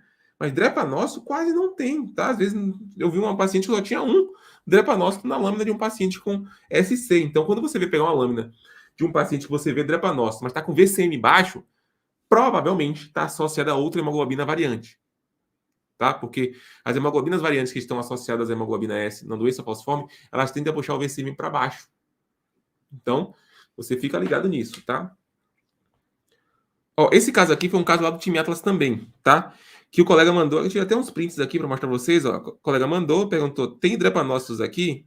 Ó, tem drepanócitos aqui? Ó, horário, 23, porque já sabe que a gente vai perguntar isso, né? Então, ela falou, tem drepanócitos aqui? Paciente de 85 anos. Lembra que a gente acabou de falar? Que é muito difícil, muito, muito difícil. Apesar de parecer, se você olhar, por exemplo, esse aqui, até parece, né? Aí você vê, por exemplo, cadê as hemácias em alvo? Cadê a policromasia? Vai pro lado aqui. As inclusões. Olha os halos. Tá vendo formando um halo aqui central? Ó. Isso é importante. Pessoal, nos drepanócitos a gente não tem aquele halo que a gente consegue observar nos eliptócitos, porque o eliptócito é uma hemácia que tem formato de charutinho. Então, ela tem alteração ali na deformidade das hemácias, falando de um paciente com eliptocitose hereditária, por exemplo. Então, as hemácias, elas, quando passam ali pelos vasos de pequeno calibre, elas se deformam, porque as hemácias, elas são flexíveis, aí elas se deformam quando ela passa ali no vaso, mas só que devido a alterações em proteínas de membrana, essa hemácia não volta ao seu tamanho normal. Então, a gente vai ver a hemácia com um halo. Então, é só a hemácia que, tipo, você apertou assim, ó. Aí ficou o halo. Então, nos drepanócitos, a gente tem aquela célula desidratada, bem escura, a gente não observa esse halo. Aí ela falou assim, eu não achei nenhum bem definido. Aí eu falei, é porque não tem drepa, né? Pelo menos nesses campos. Aí ela falou, acho que não tem mesmo. Eu falei, não é comum também nessa idade. Obrigado, beleza. Então a gente ajudou esse membro do time Atlas aqui com muita tranquilidade por conta da avaliação e sabendo a fisiopatologia, sabendo como é que a lâmina se comporta. Né? Então, é exatamente assim que funciona lá no time. Eles estão com dúvida, manda e a gente vai orientando. Olha esse outro caso aqui, pessoal, que chegou lá no time. Ó. É um leuco de 3.000, uma hemoglobina de 7, VCM, olha, e HCM baixos, é plaqueta de 111. Tá mexendo aqui. Quando eu vou para a lâmina, tá? Eu pego aqui na lâmina e percebo o seguinte, ó. Eu tenho, olha, cadê? O halo, tá vendo? A formação do halo aqui, ó. Tá vendo todo mundo? Cadê as hemácias em alvo? Cadê? Cadê a policromasia? Tem até um alvozinho aqui, mas cadê a policromasia? Cadê os eritroblastos? Cadê o corpuscular Jolie? Não tem. Não tem. Exatamente. E, pessoal, se fosse um paciente mais jovem, por exemplo, que você ainda estivesse na dúvida, o que é que a gente faz nesse caso? Liga para o paciente, olha os exames da bioquímica, olha o uso da medicação, o paciente está fazendo uso de hidroxiureia. Às vezes o paciente ele já vem com CID para a gente, você só precisa consultar o CID. O único CID que eu não gosto é aquele Z00, que não ajuda em nada. Então, faça essa avaliação e libere o hemograma. Todas essas alterações que a gente falou aqui para vocês, pessoal, em relação aos drepanócitos, eles precisam serem reportados em laudo, porque a presença de drepanócitos ali é uma poiquilocitose. Então, quando tem drepanócito, eu digo que essa amostra tem uma poiquilocitose, que é a presença de forma normal de hemácia. Então, eu falo no laudo que tem a presença de forma anormal, né, nessa amostra que eu estou avaliando, mas eu também digo o sobrenome, né? Nome e sobrenome. Tem poiquilocitose, mas é às custas de qual célula, Larissa? Qual é a morfologia alterada? Porque se eu libero apenas como poiquilocitose lá para o médico, ele não tem como saber. Esse médico não tem a lâmina, não tem a foto da lâmina, não vai. Então, depende muito do que eu estou dizendo. Então, tem alterações aí que a gente precisa reportar, a presença da policromasia e também a questão dos eritroblastos, que a gente precisa quantificar e liberar. E é isso, pessoal, que eu ia falar com vocês aqui, tá? Porque a gente prometeu explicar para vocês como é que libera, né? Como é que faz o cálculo de correção. Pessoal, você vai pegar, quando você focar no microscópio, você falou assim, agora eu vou começar a contar os leucócitos. Você vai contar os leucócitos. Quando você chegar em 100 leucócitos, quantos eritroblastos você encontrou? Então, se eu peguei nesse campo aqui, por exemplo, nesse campo eu vi que tem um eritroblasto e 10 leucócitos. Então, eu conto 10 leucócitos e um eritroblasto. Não é 11 leucócitos, é 10 leucócitos mais um eritroblasto. Quando você chegar em 100 leucócitos, quantos eritroblastos você encontrou? Mesmo em campo que não tem leucócito. Pô, eu encontrei aqui, digamos que eu contei a lâmina, eu encontrei 100 leucócitos mais 50 eritroblastos. Então, eu contei um total de 150 células. O que é que eu vou fazer? Vou pegar qual foi minha global? Minha global tinha dado 20 mil. O aparelho contou 20 mil leucócitos. Então, 20 mil está para 100 leucócitos mais 50 eritroblastos. Quanto que é a global que eu quero saber em 100 apenas e não em 150? Faz a regrinha de 3. Deixa eu pegar a calculadora aqui, tá? Porque eu sou de biológicas e não de exatas. E vou fazer 20 mil vezes 100. O valor que dá, eu vou dividir por 150. Então, na verdade, tinha dado 20 mil, o leuco do paciente é 13 mil. Então, eu vou apagar o resultado que tinha dado, paguei, e vou colocar no lugar o seguinte, 13 mil, que é a global, e embaixo na observação vou falar, contagem global corrigida pelo número de eritroblastos, no leucograma. Lá no eritrograma eu vou escrever, foram encontrados 50 eritroblastos em 100 leucócitos contados. Só isso. Não preciso dizer se era poli ou se era orto. Só preciso dizer quais são a quantidade e resolver exatamente assim, com muita tranquilidade, né? Então, bora lá. Exatamente, pessoal. Muita coisa a gente viu para vocês, falou para vocês agora, e vocês não podem aí deixar de reportar tudo que a gente falou, de correlacionar, e a gente entende, né, como a doença se comporta e quais são as alterações que podem aparecer no hemograma. Esse paciente está com a plaquetose, isso justifica? Esses drepanócitos são reais? Sofreu alguma alteração artefatual também? Qual o perfil da lâmina? O perfil é todo esse que a gente falou para vocês. Lembrando, pessoal, que essas alterações podem não estar assim todas casadas bonitinhas, tá? Porque a gente fala sobre as principais alterações, tem as alterações mais comuns que vão aparecer ali, mas não significa que todas elas vão aparecer lá na ordem, na sequência bonitinha. Então, o momento de você saber como se comportar frente a essas doenças, frente à anemia falciforme e as doenças que vamos falar amanhã e depois de amanhã, é aqui, é agora, pessoal. Ou você decide se tornar aquele profissional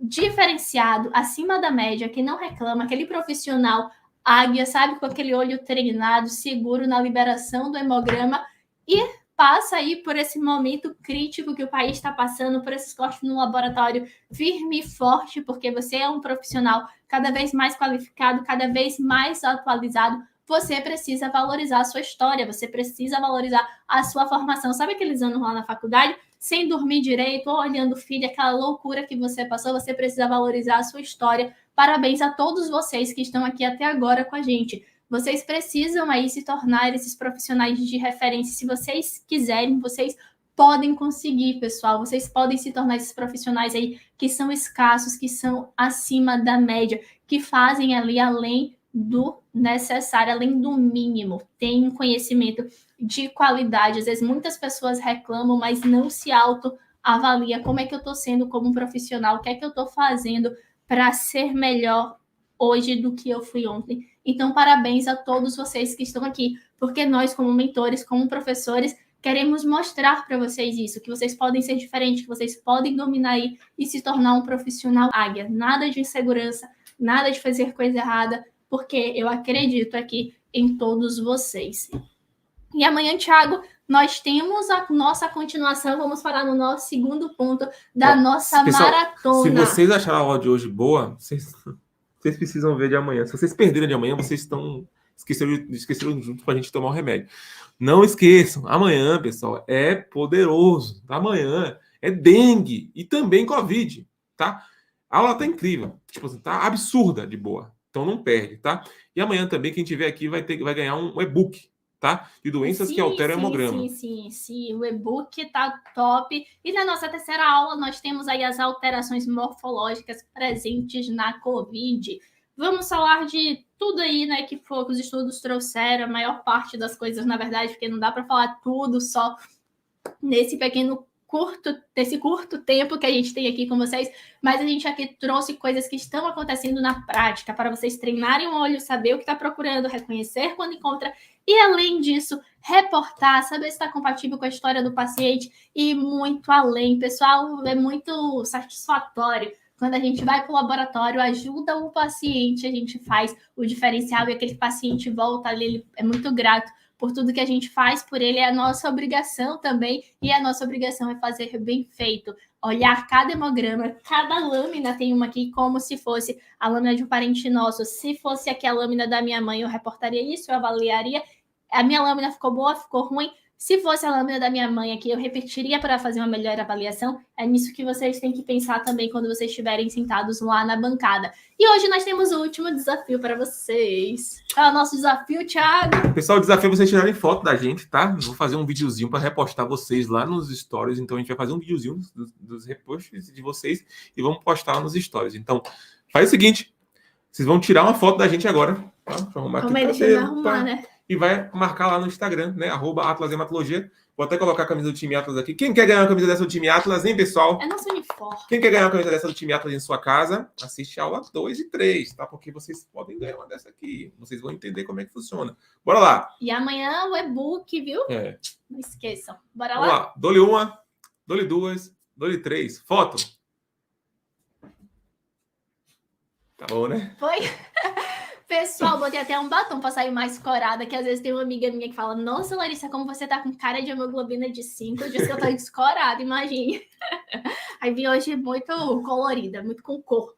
Então, pessoal, que maravilha, viu? Tô feliz com vocês. 1.200 pessoas aqui com a gente, Thiago. Até o final. Começou com 1.800, terminou com 1.200. Aguardem amanhã. Amanhã vai ser pesado. Tiraram o print, né? Tem pessoas que vão ficando aí no caminho da nossa maratona, mas eu tenho certeza que se você escolheu, você mandou a hashtag, né? Olha aqui para mim. Se você escolheu, tenho certeza que você vai estar aqui amanhã. Que maravilha, viu? Thiago mostrou nossas referências para eles. Deixa eu mostrar aqui. Essas foram as referências, tá? A aula fica gravada por apenas 24 horas. E amanhã, às 8 horas, sai do ar, tá bom? Espero todos vocês lá, tá? Um grande beijo a todos. Muito obrigado pela presença. Fiquem todos com Deus. E até a próxima. Tchau, tchau.